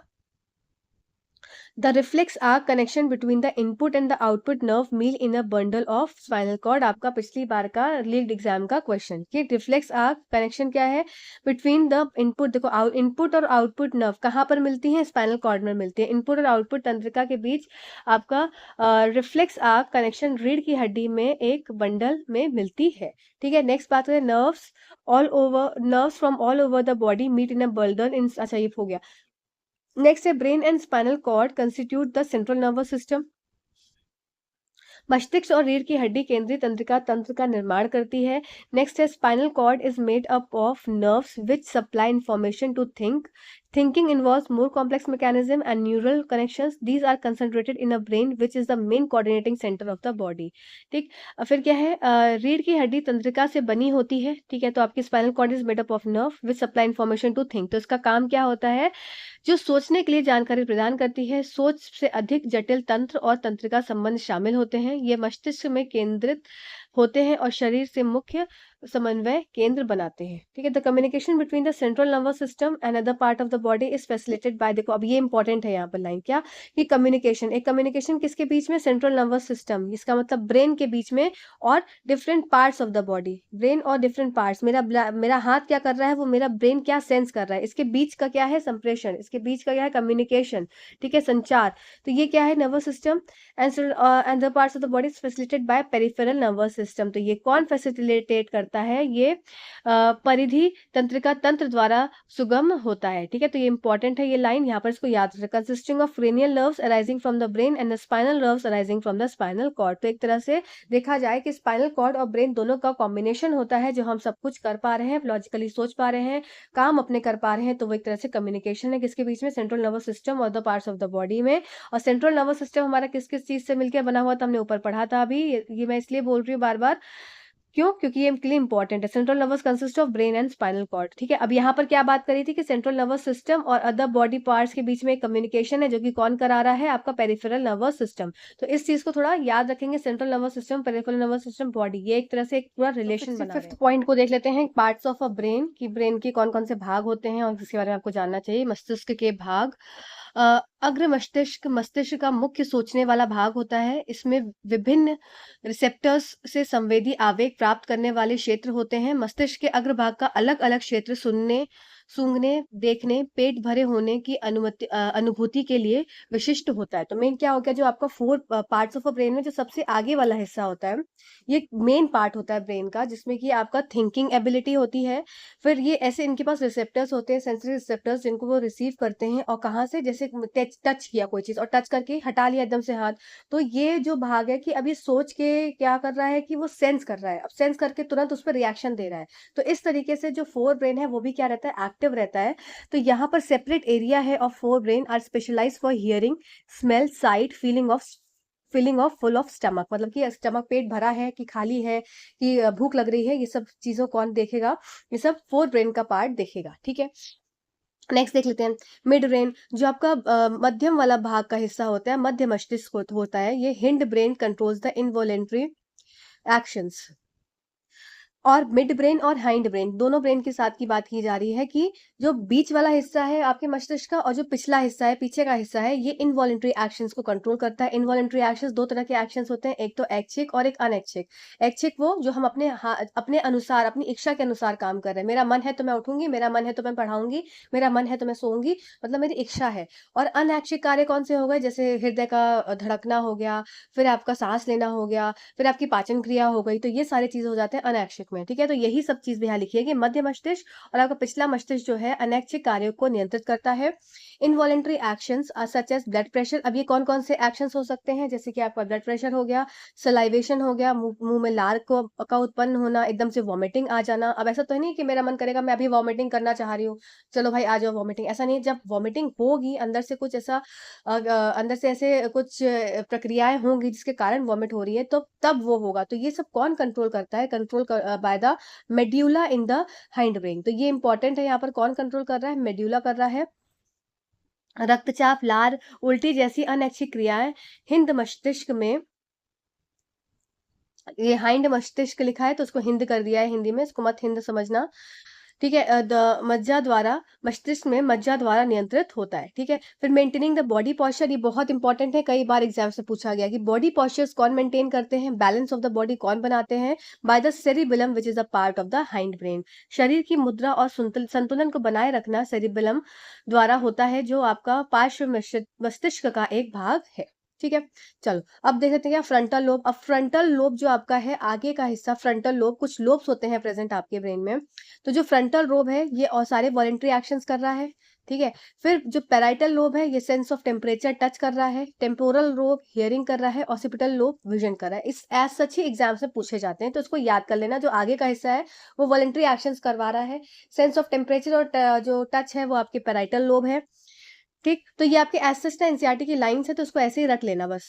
फिर फ्रंटल लोब सभी स्वैच्छिक क्रियाएं कराता है। फिर आपका पैराइटल लोब तापमान स्पर्श की अनुभूति करता है। फिर टेम्पोरल लोब श्रवण की सुनने की प्रक्रिया को देखता है। फिर आपका ये ऑसिपिटल लोब दृष्टि की प्रक्रिया को नियंत्रित करता है, ठीक है। चलो आगे बढ़ते हैं। क्या आपका plant shows to types of a movement. तो प्लांट्स क्या है, पौधे दो प्रकार की गति प्रदर्शित करते हैं। क्या पहला dependent on growth, that is seed germination, मतलब कि किस एक तरह का क्या हो जाएगा, विकास पर निर्भर करता है कि बीज का अंकुरण होता है, ठीक है। बीज जब अंकुरित होता है तभी क्या है, प्लांट ग्रो होता है। तो इस तरह से क्या है कि दो तरह के मूवमेंट हैं प्लांट्स में आपके, दो प्रकार की गति दिखाता है, दो तरह के मूवमेंट शो करता है। एक तो सीड का जर्मिनेशन हो गया, ये जैसे सीड फूटी तो ये जर्मिनेशन हो गया इधर से, ठीक है। फिर independence of growth in as in छुई मुई प्लांट, और एक ऐसा मूवमेंट दिखाता है जैसे कि आपने छुई मुई का पौधा देखा होगा। अब उसमें क्या है, उसको टच कर देते हैं तो उसकी लीव्स क्या होती है, बंद हो जाती हैं। तो इसका मतलब कि अब उसमें कोई जर्मिनेशन नहीं हो रहा है, पर उसमें क्या है फिर भी टच करने से एक प्रक्रिया हो रही है, तो वो इंडिपेंडेंट ऑफ ग्रोथ हो जाएगी, ठीक है। विकास पर निर्भर करता है कि बीज का अंकुरण होता है। फिर छुई मुई पौधे की तरह विकास की स्वतंत्रता, की भाई अपने आप इंडिपेंडेंस ऑफ ग्रोथ, मतलब कि विकास पे निर्भर नहीं है ये, पर अब फिर भी क्या है मूवमेंट प्लांट के अंदर तो दिख रहा है। अब देखो एनवायरमेंटल फैक्टर्स क्या है, प्रकाश या गुरुत्व आकर्षण जैसे पर्यावरणीय कारक पौधे के बढ़ने वाले हिस्सों को की दिशा देते हैं। जैसे कि आपको गुरुत्व आकर्षण से क्या हो जाएगा, रूट्स नीचे की तरफ ग्रो होंगी, ग्रेविटेशनल पुल की वजह से होता है। और आपका पर्यावरणीय कारण दूसरा प्रकाश, तो ये जो सूरज है, तो सूरज की वजह से क्या होता है, पूरा फोटोसिंथेसिस का प्रोसेस होता है, इसमें ऊर्जा उत्पन्न होती है, खाना बनता है। तो इन सब चीजों की प्रक्रियाओं से क्या होता है, खाने बनने से, सब कुछ होने से प्लांट्स अपनी ग्रोथ करता है। तो वही बात है, हम खाना खाते हैं तो हम बढ़ते हैं, वैसे प्लांट्स भी खाना खाते हैं तो बढ़ते हैं। तो environmental factors such as light and gravity leads to change the direction of parts plant that grow, ठीक है। अब जैसे कि आपके ट्रॉपिक मूवमेंट्स होते हैं कुछ, जैसे कि आपका जियोट्रॉपिक मूवमेंट, मतलब ऐसा मूवमेंट जो कि गुरुत्व आकर्षण पर निर्भर करता है, जैसे कि रोड्स का ग्रो होना, ठीक है। तो वही यहाँ पर 69 पॉइंट में लिखा हुआ है कि उष्णकटिबंधीय गतियों की दिशा या तो उत्तेजना की ओर या उसे दूर हो सकती है। उदाहरण के लिए फोटोट्रॉपिक गति में अंकुर प्रकाश की ओर झुककर प्रतिक्रिया करते हैं, जबकि जड़ें इनसे दूर झुककर प्रतिक्रिया करती हैं। देखो जब आपका फोटोट्रॉपिक मूवमेंट जो होता है, फोटोट्रॉपिक मूवमेंट मतलब कि ऐसा मूवमेंट जो कि प्रकाश पे निर्भर होता है, ठीक है। सिंपल है, आप याद रखेंगे किससे, फोटो से। फोटो मतलब प्रकाश, प्रकाश से निर्भर होने वाले मूवमेंट क्या हो जाएंगे, फोटोट्रॉपिक मूवमेंट हो जाएंगे। अब इसमें क्या होगा, आपके लीव्स का ग्रो होना, प्लांट्स का ग्रो होना, टहनियों का ग्रो होना, फूल का बढ़ना, तो ये सब क्या हो गया। या आपने देखा है कि सूरजमुखी का पौधा सन की तरफ क्या करता है, ये अगर यहाँ सन है तो उसकी तरफ अपना जो उसका मेन जो फूल का पार्ट होता है वो सन की तरफ आ जाता है। क्यों आता है, क्योंकि ये एक तरह से फोटोट्रॉपिक मूवमेंट है, जिसकी वजह से उसकी टहनी सन की तरफ बेंड हो जाती है, ठीक है। इसी जगह पर जो रूट्स होती हैं ये रिस्पॉन्ड करती हैं अवे फ्रॉम इट। अब रूट्स क्या है, रूट्स नीचे की तरफ है, तो इसका मतलब एक तरह से away from the phototropic movement इसका मूवमेंट होता है। इसी को बोलते हैं geotropism, the upward and the downward growth of shoots and roots in response to pull of earth of the gravity. अब यहाँ पर इस लाइन में मुझे समझ में आ रहा है कि सबको कंफ्यूजन क्रिएट हो गया होगा। क्या हो गया होगा 70 पॉइंट में कंफ्यूजन? क्या कि देखो क्या होता है, हमने क्या देखा कि जियोट्रॉपिज्म मतलब कि ऐसा मूवमेंट जो कि गुरुत्वाकर्षण के कारण हो रहा है। तो इसका मतलब कि यहाँ पर तो सिर्फ रूट्स होना चाहिए था। तो क्या होता है, दो तरह के मूवमेंट्स पाए जाते हैं जियोट्रॉपिज्म में, एक पॉजिटिव जियोट्रॉपिज्म और एक नेगेटिव जियोट्रॉपिज्म। जो पॉजिटिव जियोट्रॉपिज्म है वो क्या करेगा, वो आपको रूट्स को नीचे की तरफ ग्रो होने में मदद करेगा। ठीक है, तो अगर रूट्स जो है वो नीचे की तरफ ग्रो हो रही हैं, तो इसका मतलब यहाँ पर कौन सा जियोट्रोपिज्म आ गया, ये पॉजिटिव जियोट्रोपिज्म आ गया। पर अगर क्या है, इसी जगह पर आपकी जो शूट्स हैं ये ऊपर की तरफ इस तरह से ग्रो हो रही हैं, ठीक है, या नीचे की तरफ इनका ग्रोथ हो रहा है, तो ये जो शूट्स का ग्रोथ होना है, जो आपके जो आपके ये अंकुरों की बात हो रही है, तो ये अगर ये भी ग्रो हो रहे हैं, पर यहाँ पर बात हो जाएगी क्या, नेगेटिव जियोट्रॉपिज्म की। तो इस वर्ड को समझेंगे, मैंने क्या बोला कि अगर जो ग्रोथ है रूट्स की है तो वो पॉजिटिव जियोट्रॉपिज्म है, पर अगर शूट्स की बात की जा रही है तो ये नेगेटिव जियोट्रॉपिज्म है। ठीक है, तो यहाँ पर इस लाइन से कंफ्यूज मत होना कि यहाँ पर तो अगर जियोट्रॉपिज्म है तो मतलब कि रूट्स का ग्रो होना है, पर यहाँ पर पॉजिटिव और नेगेटिव जियोट्रॉपिज्म होता है। तो आपके एनसीईआरटी में पेज नंबर 121 पे मैं इसलिए मार्क कर दे रही हूँ, क्योंकि ये आप लोग को लगेगा कि गलत यहाँ पर बोल दिया है, पर आपका पेज नंबर 121 में फिगर 7.6 में आप ये देखेंगे प्लांट शोइंग जियोट्रॉपिज्म, वहां पर है नेगेटिव जियोट्रॉपिज्म और पॉजिटिव जियोट्रॉपिज्म, जिसमें पॉजिटिव में आपका दिखाया है रूट्स का ग्रोथ और नेगेटिव में दिखाया है प्लांट्स का ग्रोथ। ठीक है, ग्रोथ हो रहा है, पर क्या हो रहा है, उसकी वजह से जो शूट्स हैं ऊपर की तरफ ग्रो हो रहे हैं। ठीक है, और लाइन भी लिखी हुई है एनसीईआरटी की कि this upward and downward growth of a shoots and roots respectively in response to the pull of earth or gravity is obviously a geotrophism। ठीक है, तो यहाँ एनसीईआरटी की लाइन से ही मैंने करा है, तो बिल्कुल टेंशन मत लीजिएगा।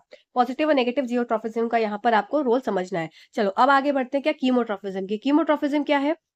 कीमोट्रॉफिज्म is the growth of pollen tubes towards the ovule. ठीक है, ये आपका क्या हो जाता है, ये आपके इस तरह का से ये स्त्री केसर है। अब यहाँ पर क्या होता है, यहाँ पर आपका पोलन ग्रेन्स आकर स्टिक होता है। अब पोलन ग्रेन्स के बाद पोलन ट्यूब्स इस तरह से अंदर जाती है, और यहाँ पर क्या होता है, पोलन ग्रेन्स टुवर्ड्स, यहाँ पर अंदर ओव्यूल है, तो यहाँ पर जाकर क्या हो जाती है, इंसर्ट हो जाती है। तो इसका यही यहाँ पर बात किया गया है कि कीमोट्रोपिज्म क्या है। कीमोट्रोपिज्म पराग नलिकाओं का बीजाण की ओर बढ़ना है, इसको कीमोट्रोपिज्म बोलते हैं, क्योंकि केमिकल का सिक्रेशन होता है तभी ये सब प्रोसेस होते हैं।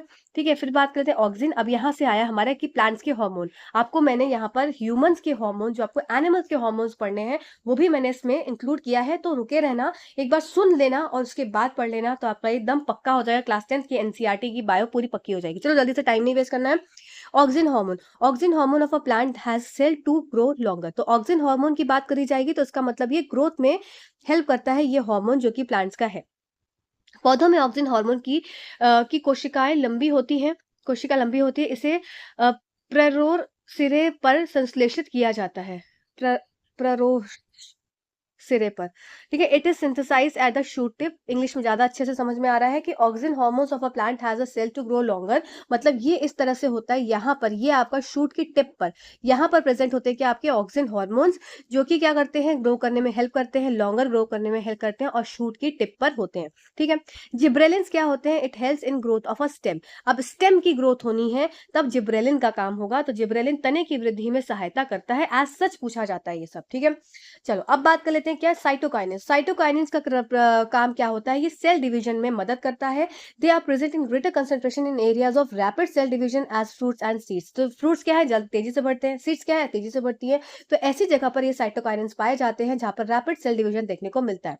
साइटोकाइनेस कोशिकाएं विभाजन को बढ़ावा देते हैं, और वे तेजी से कोशिका विभाजन वाले क्षेत्रों में फलों और बीजों के रूप में अधिक साध्यता में मौजूद होते हैं। ठीक है, एब्सिसिक एसिड क्या है, abscisic acid is the hormone which inhibits the growth and effects include the wilting of leaves. देखो, एब्सिसिक एसिड एक ऐसा हार्मोन है जो क्या करता है, जो ग्रोथ को बढ़ावा नहीं दे रहा है, बल्कि क्या, ग्रोथ को रोक रहा है, इसका मतलब ग्रोथ को इनहिबिट कर रहा है।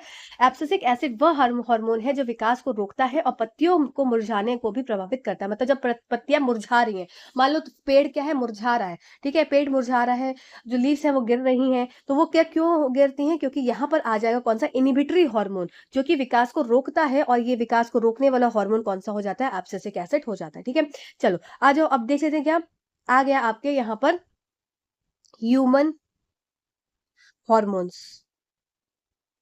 ठीक है, नहीं, अच्छा यहाँ पे ह्यूमन हार्मोन्स नहीं है, कुछ एक आध लाइन इसमें दी हुई थी, मैंने ऐड कर दी। ह्यूमन हार्मोन्स आपको लास्ट में मिलेंगे, ठीक है। अभी हमको रिप्रोडक्शन भी करना है कंप्लीट। चलो आ जाओ जल्दी से। Adrenaline is secreted directly into blood. तो एड्रेनालिन क्या है? सीधे रक्त में स्रावित होता है, ठीक है, सिंपल है, याद से कर लेना। Thyroxine regulates carbohydrate, protein and fat metabolism in the body so as to provide the best balance of growth. ठीक है, देखो एनसीईआरटी में क्लास 10th की एनसीईआरटी आप उठाएंगे बायोलॉजी की, एक बार उठा के जरूर देखा करो, क्योंकि लाइन बाय लाइन चीजें हम जब पढ़ते हैं तो आपको टैली करना भी जरूरी होता है कि गलत तो नहीं पढ़ा रहे हैं ना।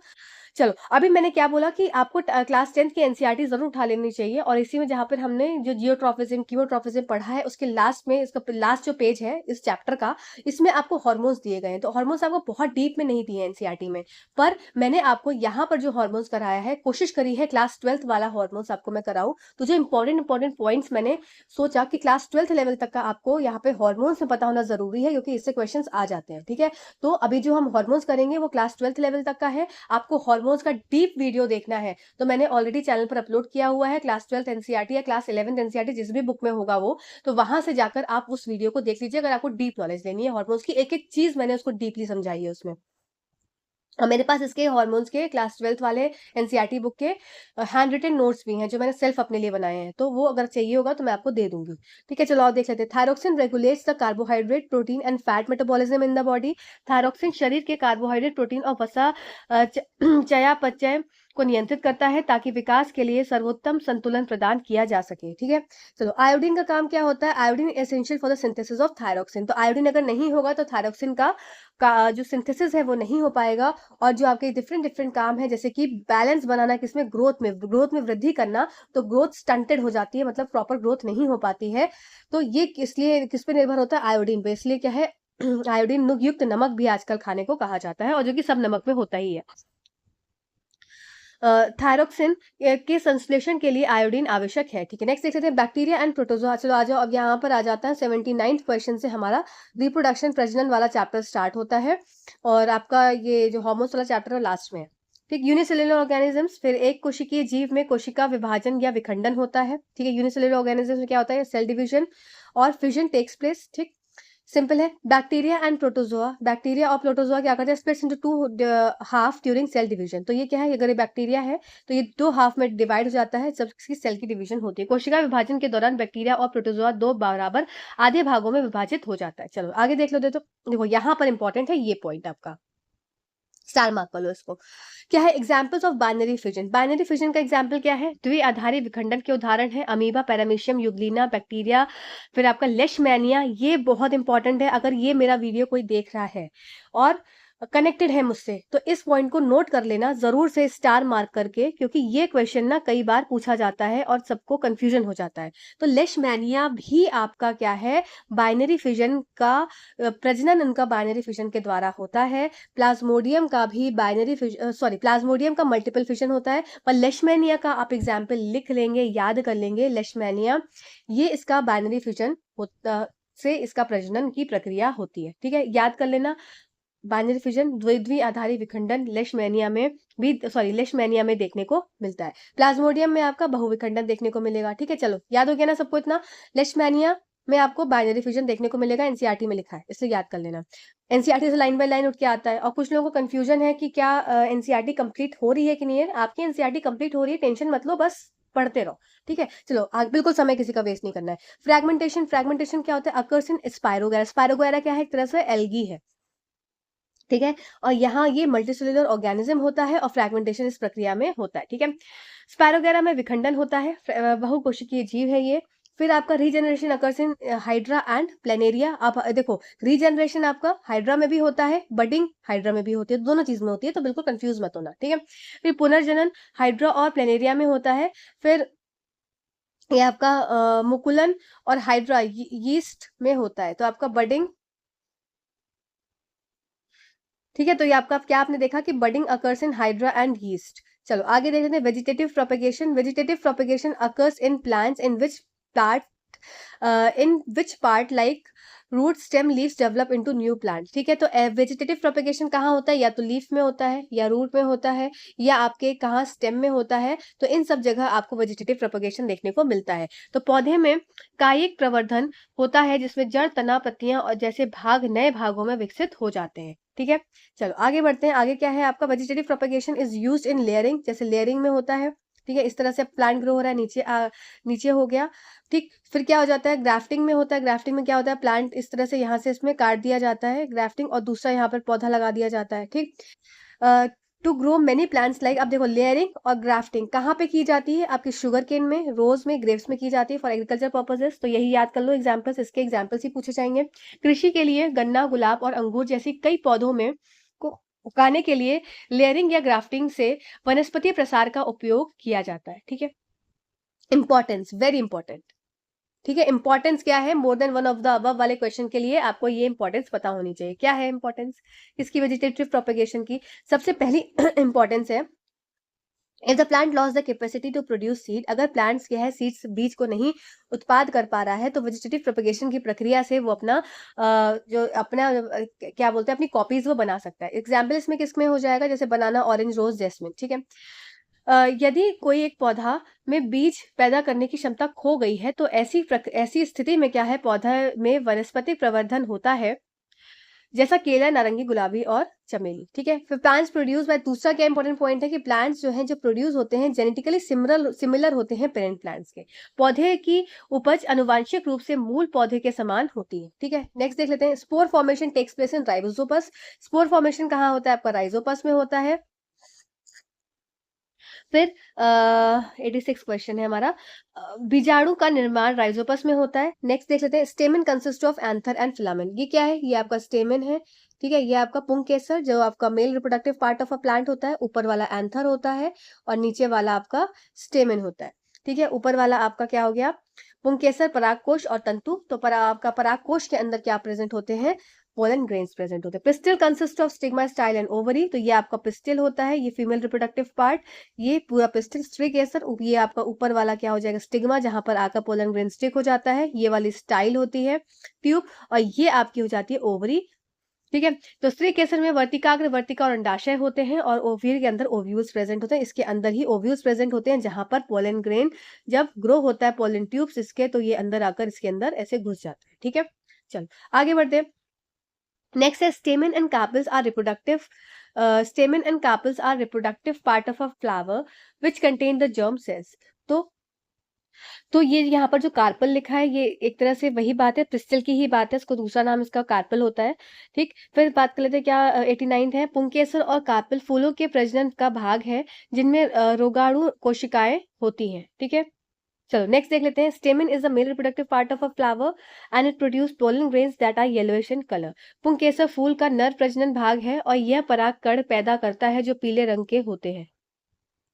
अब a carpel is present in the centre of the flower and female reproductive part. तो वही चीज है, ये आपका जैसे पिस्टल बोला था, इसी को कार्पल भी बोलते हैं। तो ये फीमेल रिप्रोडक्टिव पार्ट होता है, कार्पल फूल के मध्य में मौजूद होता है और मादा प्रजनन का एक अंग होता है। ठीक, नेक्स्ट देख लेते हैं आपका, male germ cells produce by pollen grains fuse with female gametes resulting in, देखो क्या होगा, मेल ने क्या किया, पोलन ग्रेन प्रोड्यूस करे, ये आपके एंथर ने क्या किया, पोलन ग्रेन्स निकाले। ठीक है, पोलन ग्रेन्स क्या करेंगे, फीमेल के साथ, फीमेल गमीट के साथ फ्यूज करते हैं।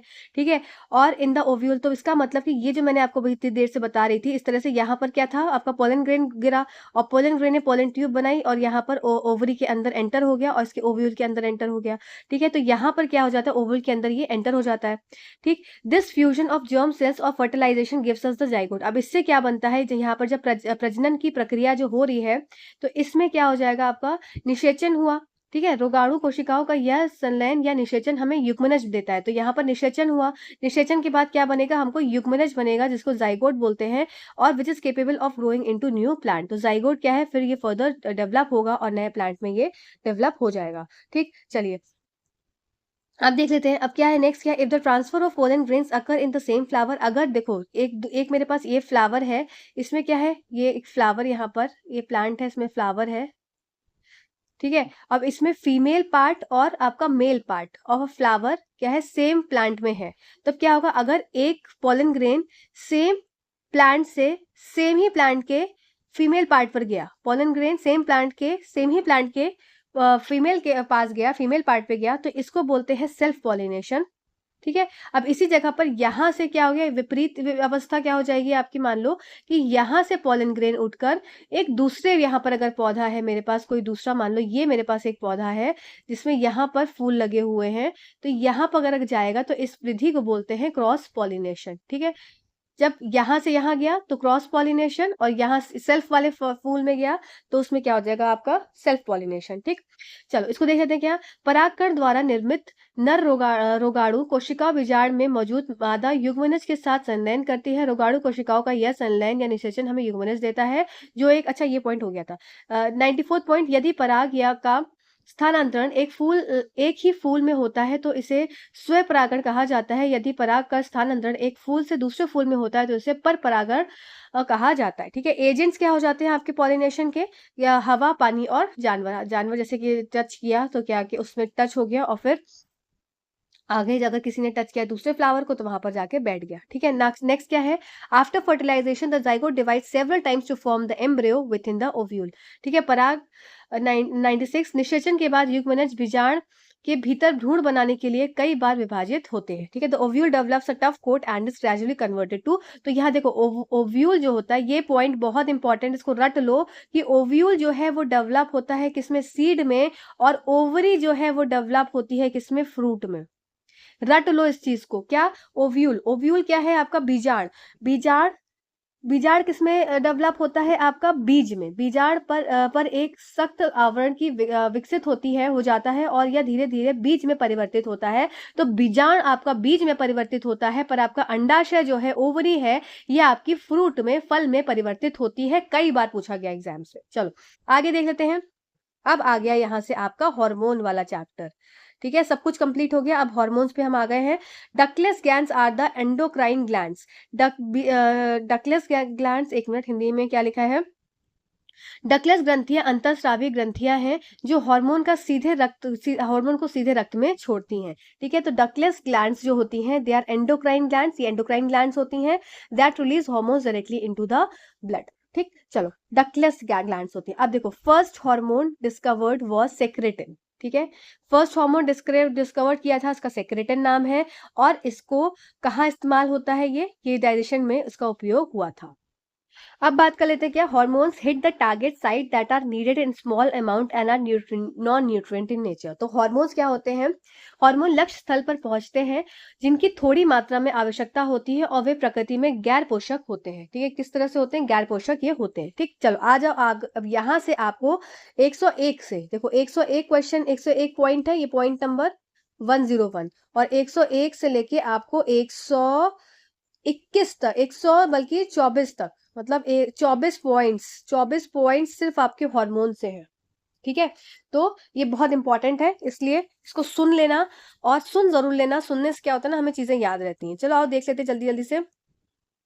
पहला हार्मोन हमारा हाइपोथैलेमस, सॉरी हार्मोन नहीं है, hypothalamus is a connecting link between, यहाँ से पढ़ना है ना, hypothalamus is a master of master gland. तो सबसे पहली बात है, हमको ये पता है कि मास्टर ग्लैंड कौन सी होती है, हमें पता है कि मास्टर ग्लैंड हमारी पिट्यूटरी होती है, सबको पता है। पर मास्टर का भी मास्टर, सुपर मास्टर जिसको बोलते हैं, प्रिंसिपल बोलते हैं जिसको, वो कौन है, हाइपोथैलेमस। इसका मतलब पिट्यूटरी सारे ग्लैंड्स को तो कंट्रोल करता है, सारे हार्मोन्स को तो हेल्प करता है सिक्रीट होने में, पर पिट्यूटरी को कौन कंट्रोल करता है, ये क्वेश्चन बहुत इंपॉर्टेंट है, और ये आपको 10th वाले लेवल पे नहीं मिलेगा, ये आपको क्लास 11 12th के लेवल पे मिलेगा।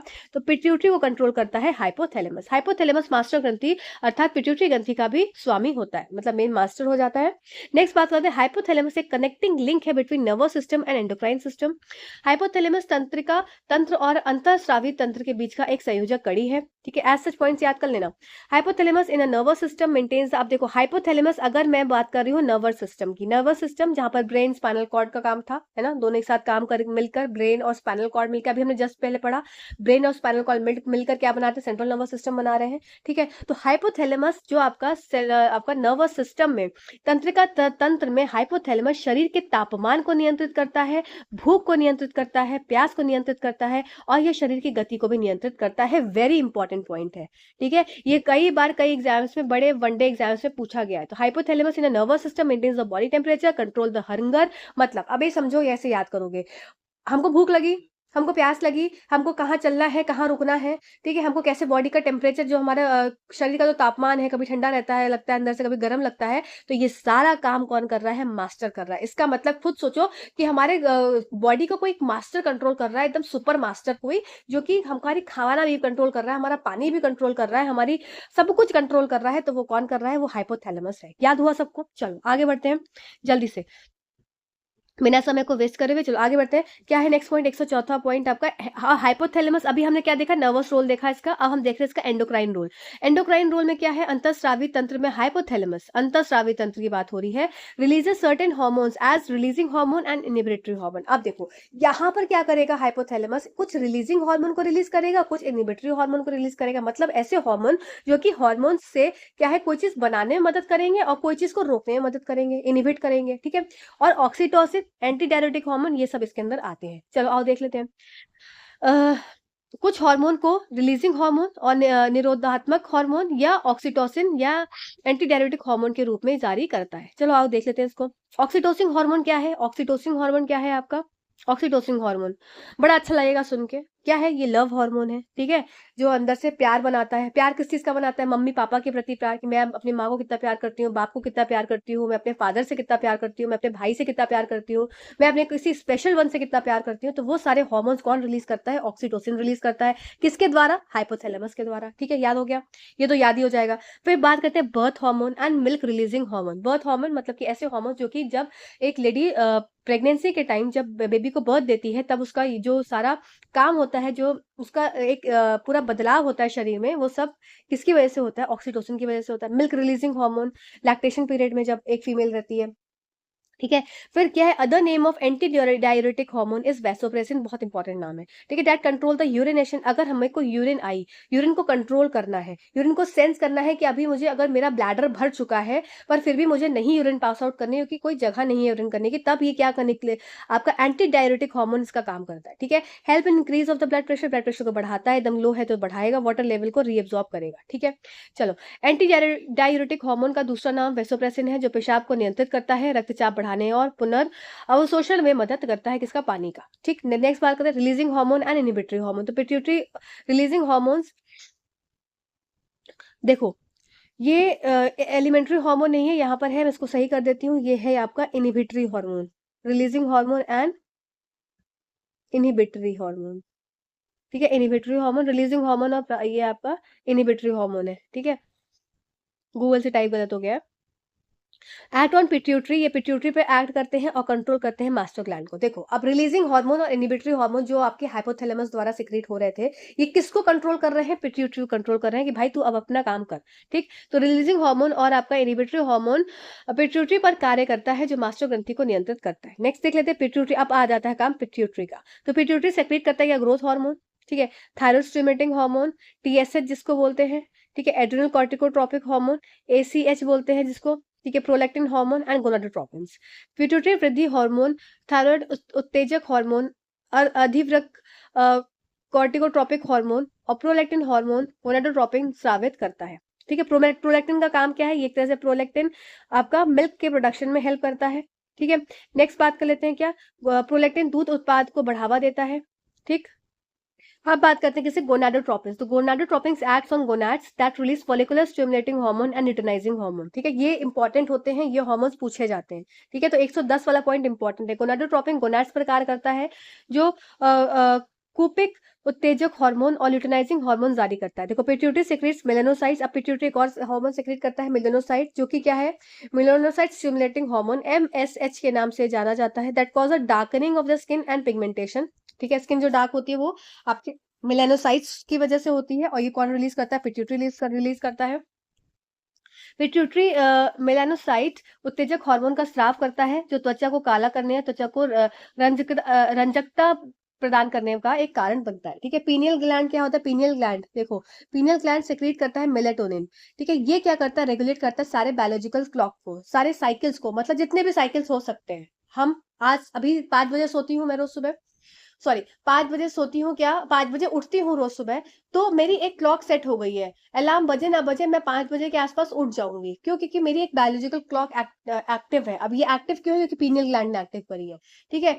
और फिर फीमेल्स का जो मेंस्ट्रुअल साइकिल होता है हर महीने एक पर्टिकुलर डेट के आसपास आता है, तो वो क्यों होता है? पीनियल ग्लैंड की वजह से होता है, ठीक है। भूख का लगना एक समय पर, एक जैसे जिस टाइम भी अगर लंच होता है, लंच ब्रेक होता है, उस समय आपको पता होगा कि भूख लगने लगती है, तो वो क्यों होती है? पीनियल ग्लैंड की वजह से। तो मतलब हर एक चीज जो एक साइकिल में हो रही है, चाहे वो मंथली साइकिल हो, चाहे वो डेली की साइकिल हो, तो वो किसकी वजह से होता है? वो आपका पीनियल ग्रंथि की वजह से होता है। तो मेलाटोनिन का स्राव करता है, जो कि जैविक घड़ी, नींद के चक्र, नियमित गतिविधियां, मानसिक धर्म चक्र, भूख के समय को नियंत्रित करने में इसका उपयोग होता है। चलो आ जाओ, नेक्स्ट क्या है? थाइमस। थाइमस सेक्रेट करता है thymosin that play important role in development of immune system. देखो थाइमस से, थायरोक्सिन से कंफ्यूज मत होना, थाइमस अलग है, थायरोक्सिन अलग है, ठीक है। आगे हम देखेंगे। तो थाइमस का काम क्या होता है? ये आपके बॉडीज में ढिशुम ढिशुम वाले काम करता है। ये टी लिम्फोसाइट्स और बी लिम्फोसाइट्स को प्रोड्यूस करता है। टी लिम्फोसाइट्स आपके सेल मेडिएटेड इम्यूनिटी करता है, इतना हमें डीप पे नहीं जाना है। इतना समझ लो कि एंटीबॉडीज का प्रोडक्शन बी लिम्फोसाइट्स द्वारा होता है, जो कि थाइमस द्वारा रिलीज आउट होते हैं, ठीक है। तो थाइमस क्या सिक्रीट करता है? थाइमोसिन सिक्रीट करता है। थाइमस स्रावित थाइमोसिन जो प्रतिरक्षा प्रणाली के विकास में महत्वपूर्ण भूमिका निभाता है, टी लिम्फोसाइट और बी लिम्फोसाइट्स का निर्माण करता है, जिसके परिणाम स्वरूप एंटीबॉडीज का उत्पाद होता है, ठीक। आगे बढ़ जाते हैं जल्दी से। आ जाता है पेनक्रियास हमारा।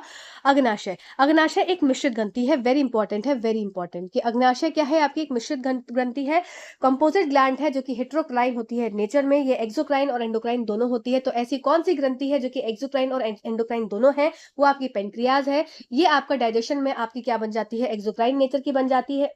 सॉरी, एंडोक्राइन क्या हो जाती है आपकी इसमें?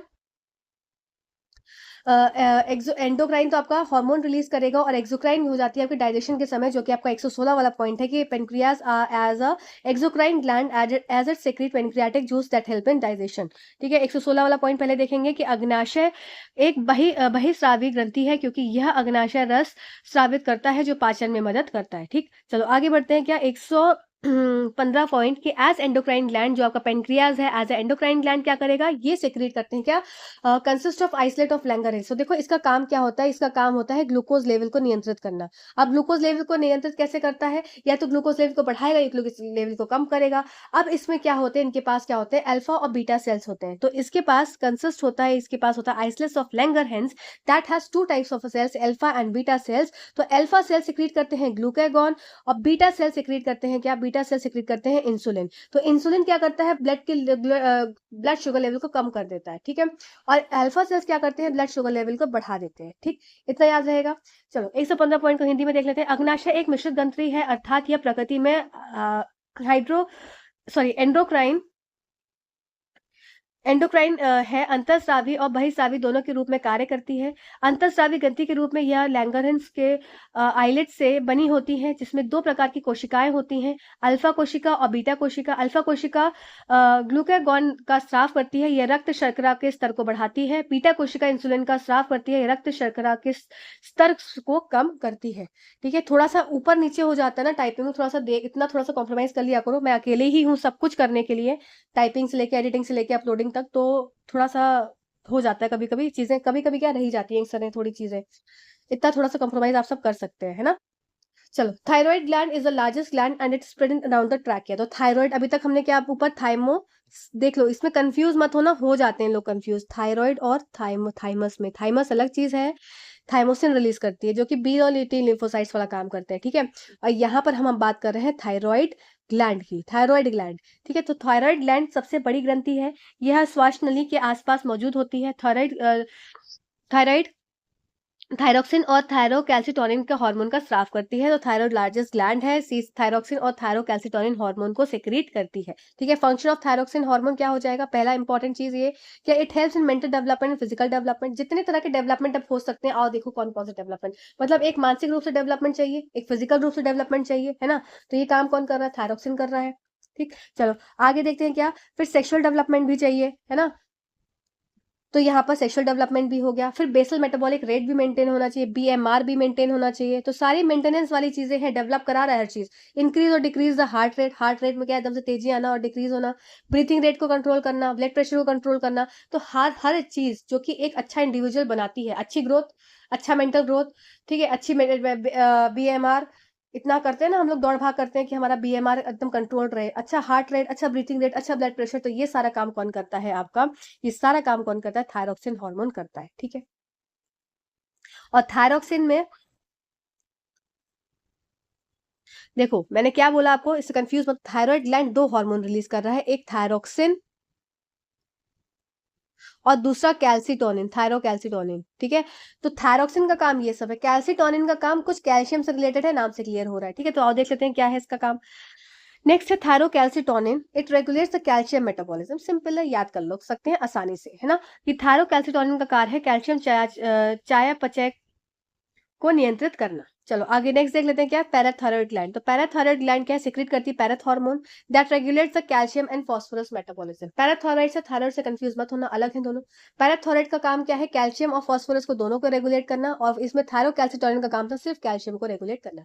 पैराथायरॉइड ग्रंथियां पैराथ हार्मोन का स्राव करती हैं जो कैल्शियम और फास्फोरस चयापचय को नियंत्रित करता है, ठीक है। चलो आगे बढ़ जाते हैं जल्दी से।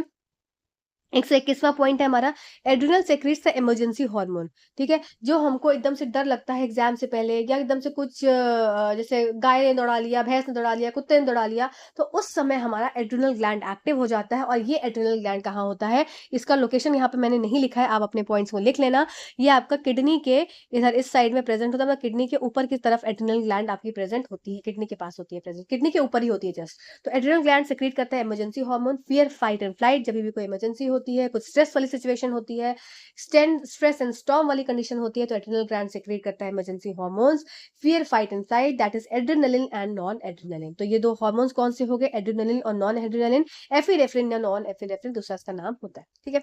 चलो अधि व्रक आपातकालीन हार्मोन स्रावित करता है, डर से लड़ता है, जो एन जो एन जो एड्रेनलिन और गैर एड्रेनलिन है, ठीक है। फिर ओवरी, अब देखो अब ओवरी की बात आ जाती है हमारी, फीमेल्स की ओवरी, ये सेक्रेट करती है एस्ट्रोजन, ये स्पेलिंग गलत लिखी है यहाँ पर, ओ ई एस होती है, ई एस्ट्रोजन, ई एस होती है, ई एस एस्ट्रोजन, ठीक है। चलो देख लेते हैं क्या, एस्ट्रोजन सेक्रेट करता है कौन, ओवरी, एंड प्रोजेस्टेरॉन, दो हार्मोन्स हो गए एस्ट्रोजन और प्रोजेस्टेरॉन। प्रोजेस्टेरॉन को बोलते हैं प्रेगनेंसी हार्मोन, ये हार्मोन प्रेगनेंसी के टाइम एक्टिवेट हो जाता है, ठीक है।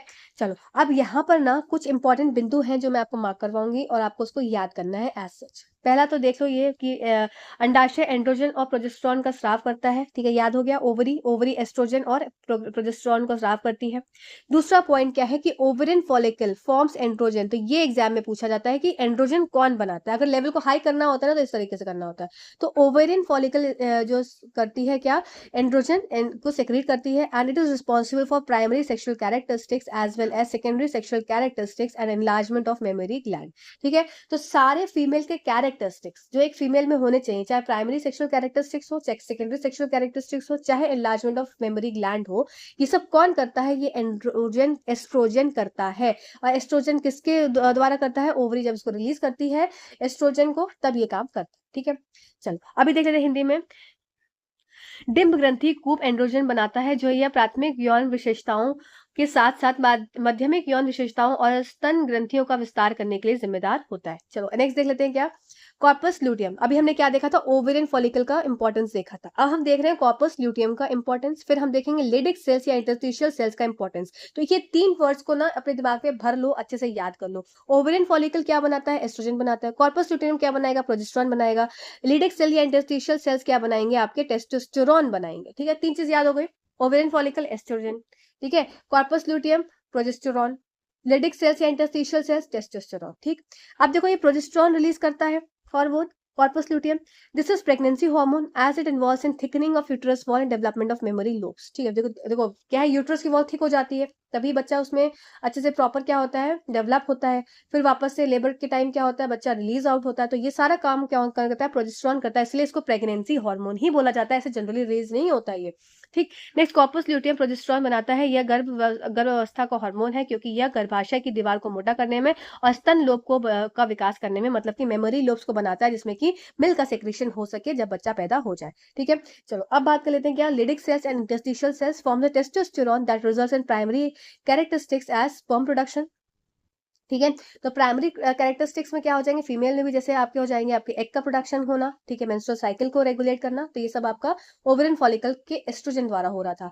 यहाँ पे लिडिक सेल्स और इंटरस्टिशियल सेल्स हैं। लिडिक कोशिकाएं और अंतरालीय कोशिकाएं टेस्टोस्टेरोन बनाती हैं, जिसके परिणाम स्वरूप पुरुषों में प्राथमिक यौन विशेषता जैसे शुक्राणु उत्पाद और चेहरे के बाल, आक्रामकता, चौड़ी मांसपेशियां, भारी आवाज, फिर जनांगों का विकास, फिर जैसे माध्यमिक यौन विशेषताएं होती है। तो देखो सबसे पहले क्या हो गया, प्राइमरी सेक्सुअल कैरेक्टरिस्टिक्स में स्पर्म का प्रोडक्शन हो गया, और सेकेंडरी सेक्सुअल कैरेक्टरिस्टिक्स में क्या हो गया, सारे ऐसे कैरेक्टरिस्टिक्स जो कि क्या कर रहे हैं, एक मेल को मेल बनाने में, मतलब दिखता है कि हाँ भाई ये एक मेल है, कैसे मुस्टैच है, उसकी दाढ़ी है, वॉइस हैवी है, कंधे चौड़े हैं, तो ये सब चीजें आपको यहाँ पर देखनी है।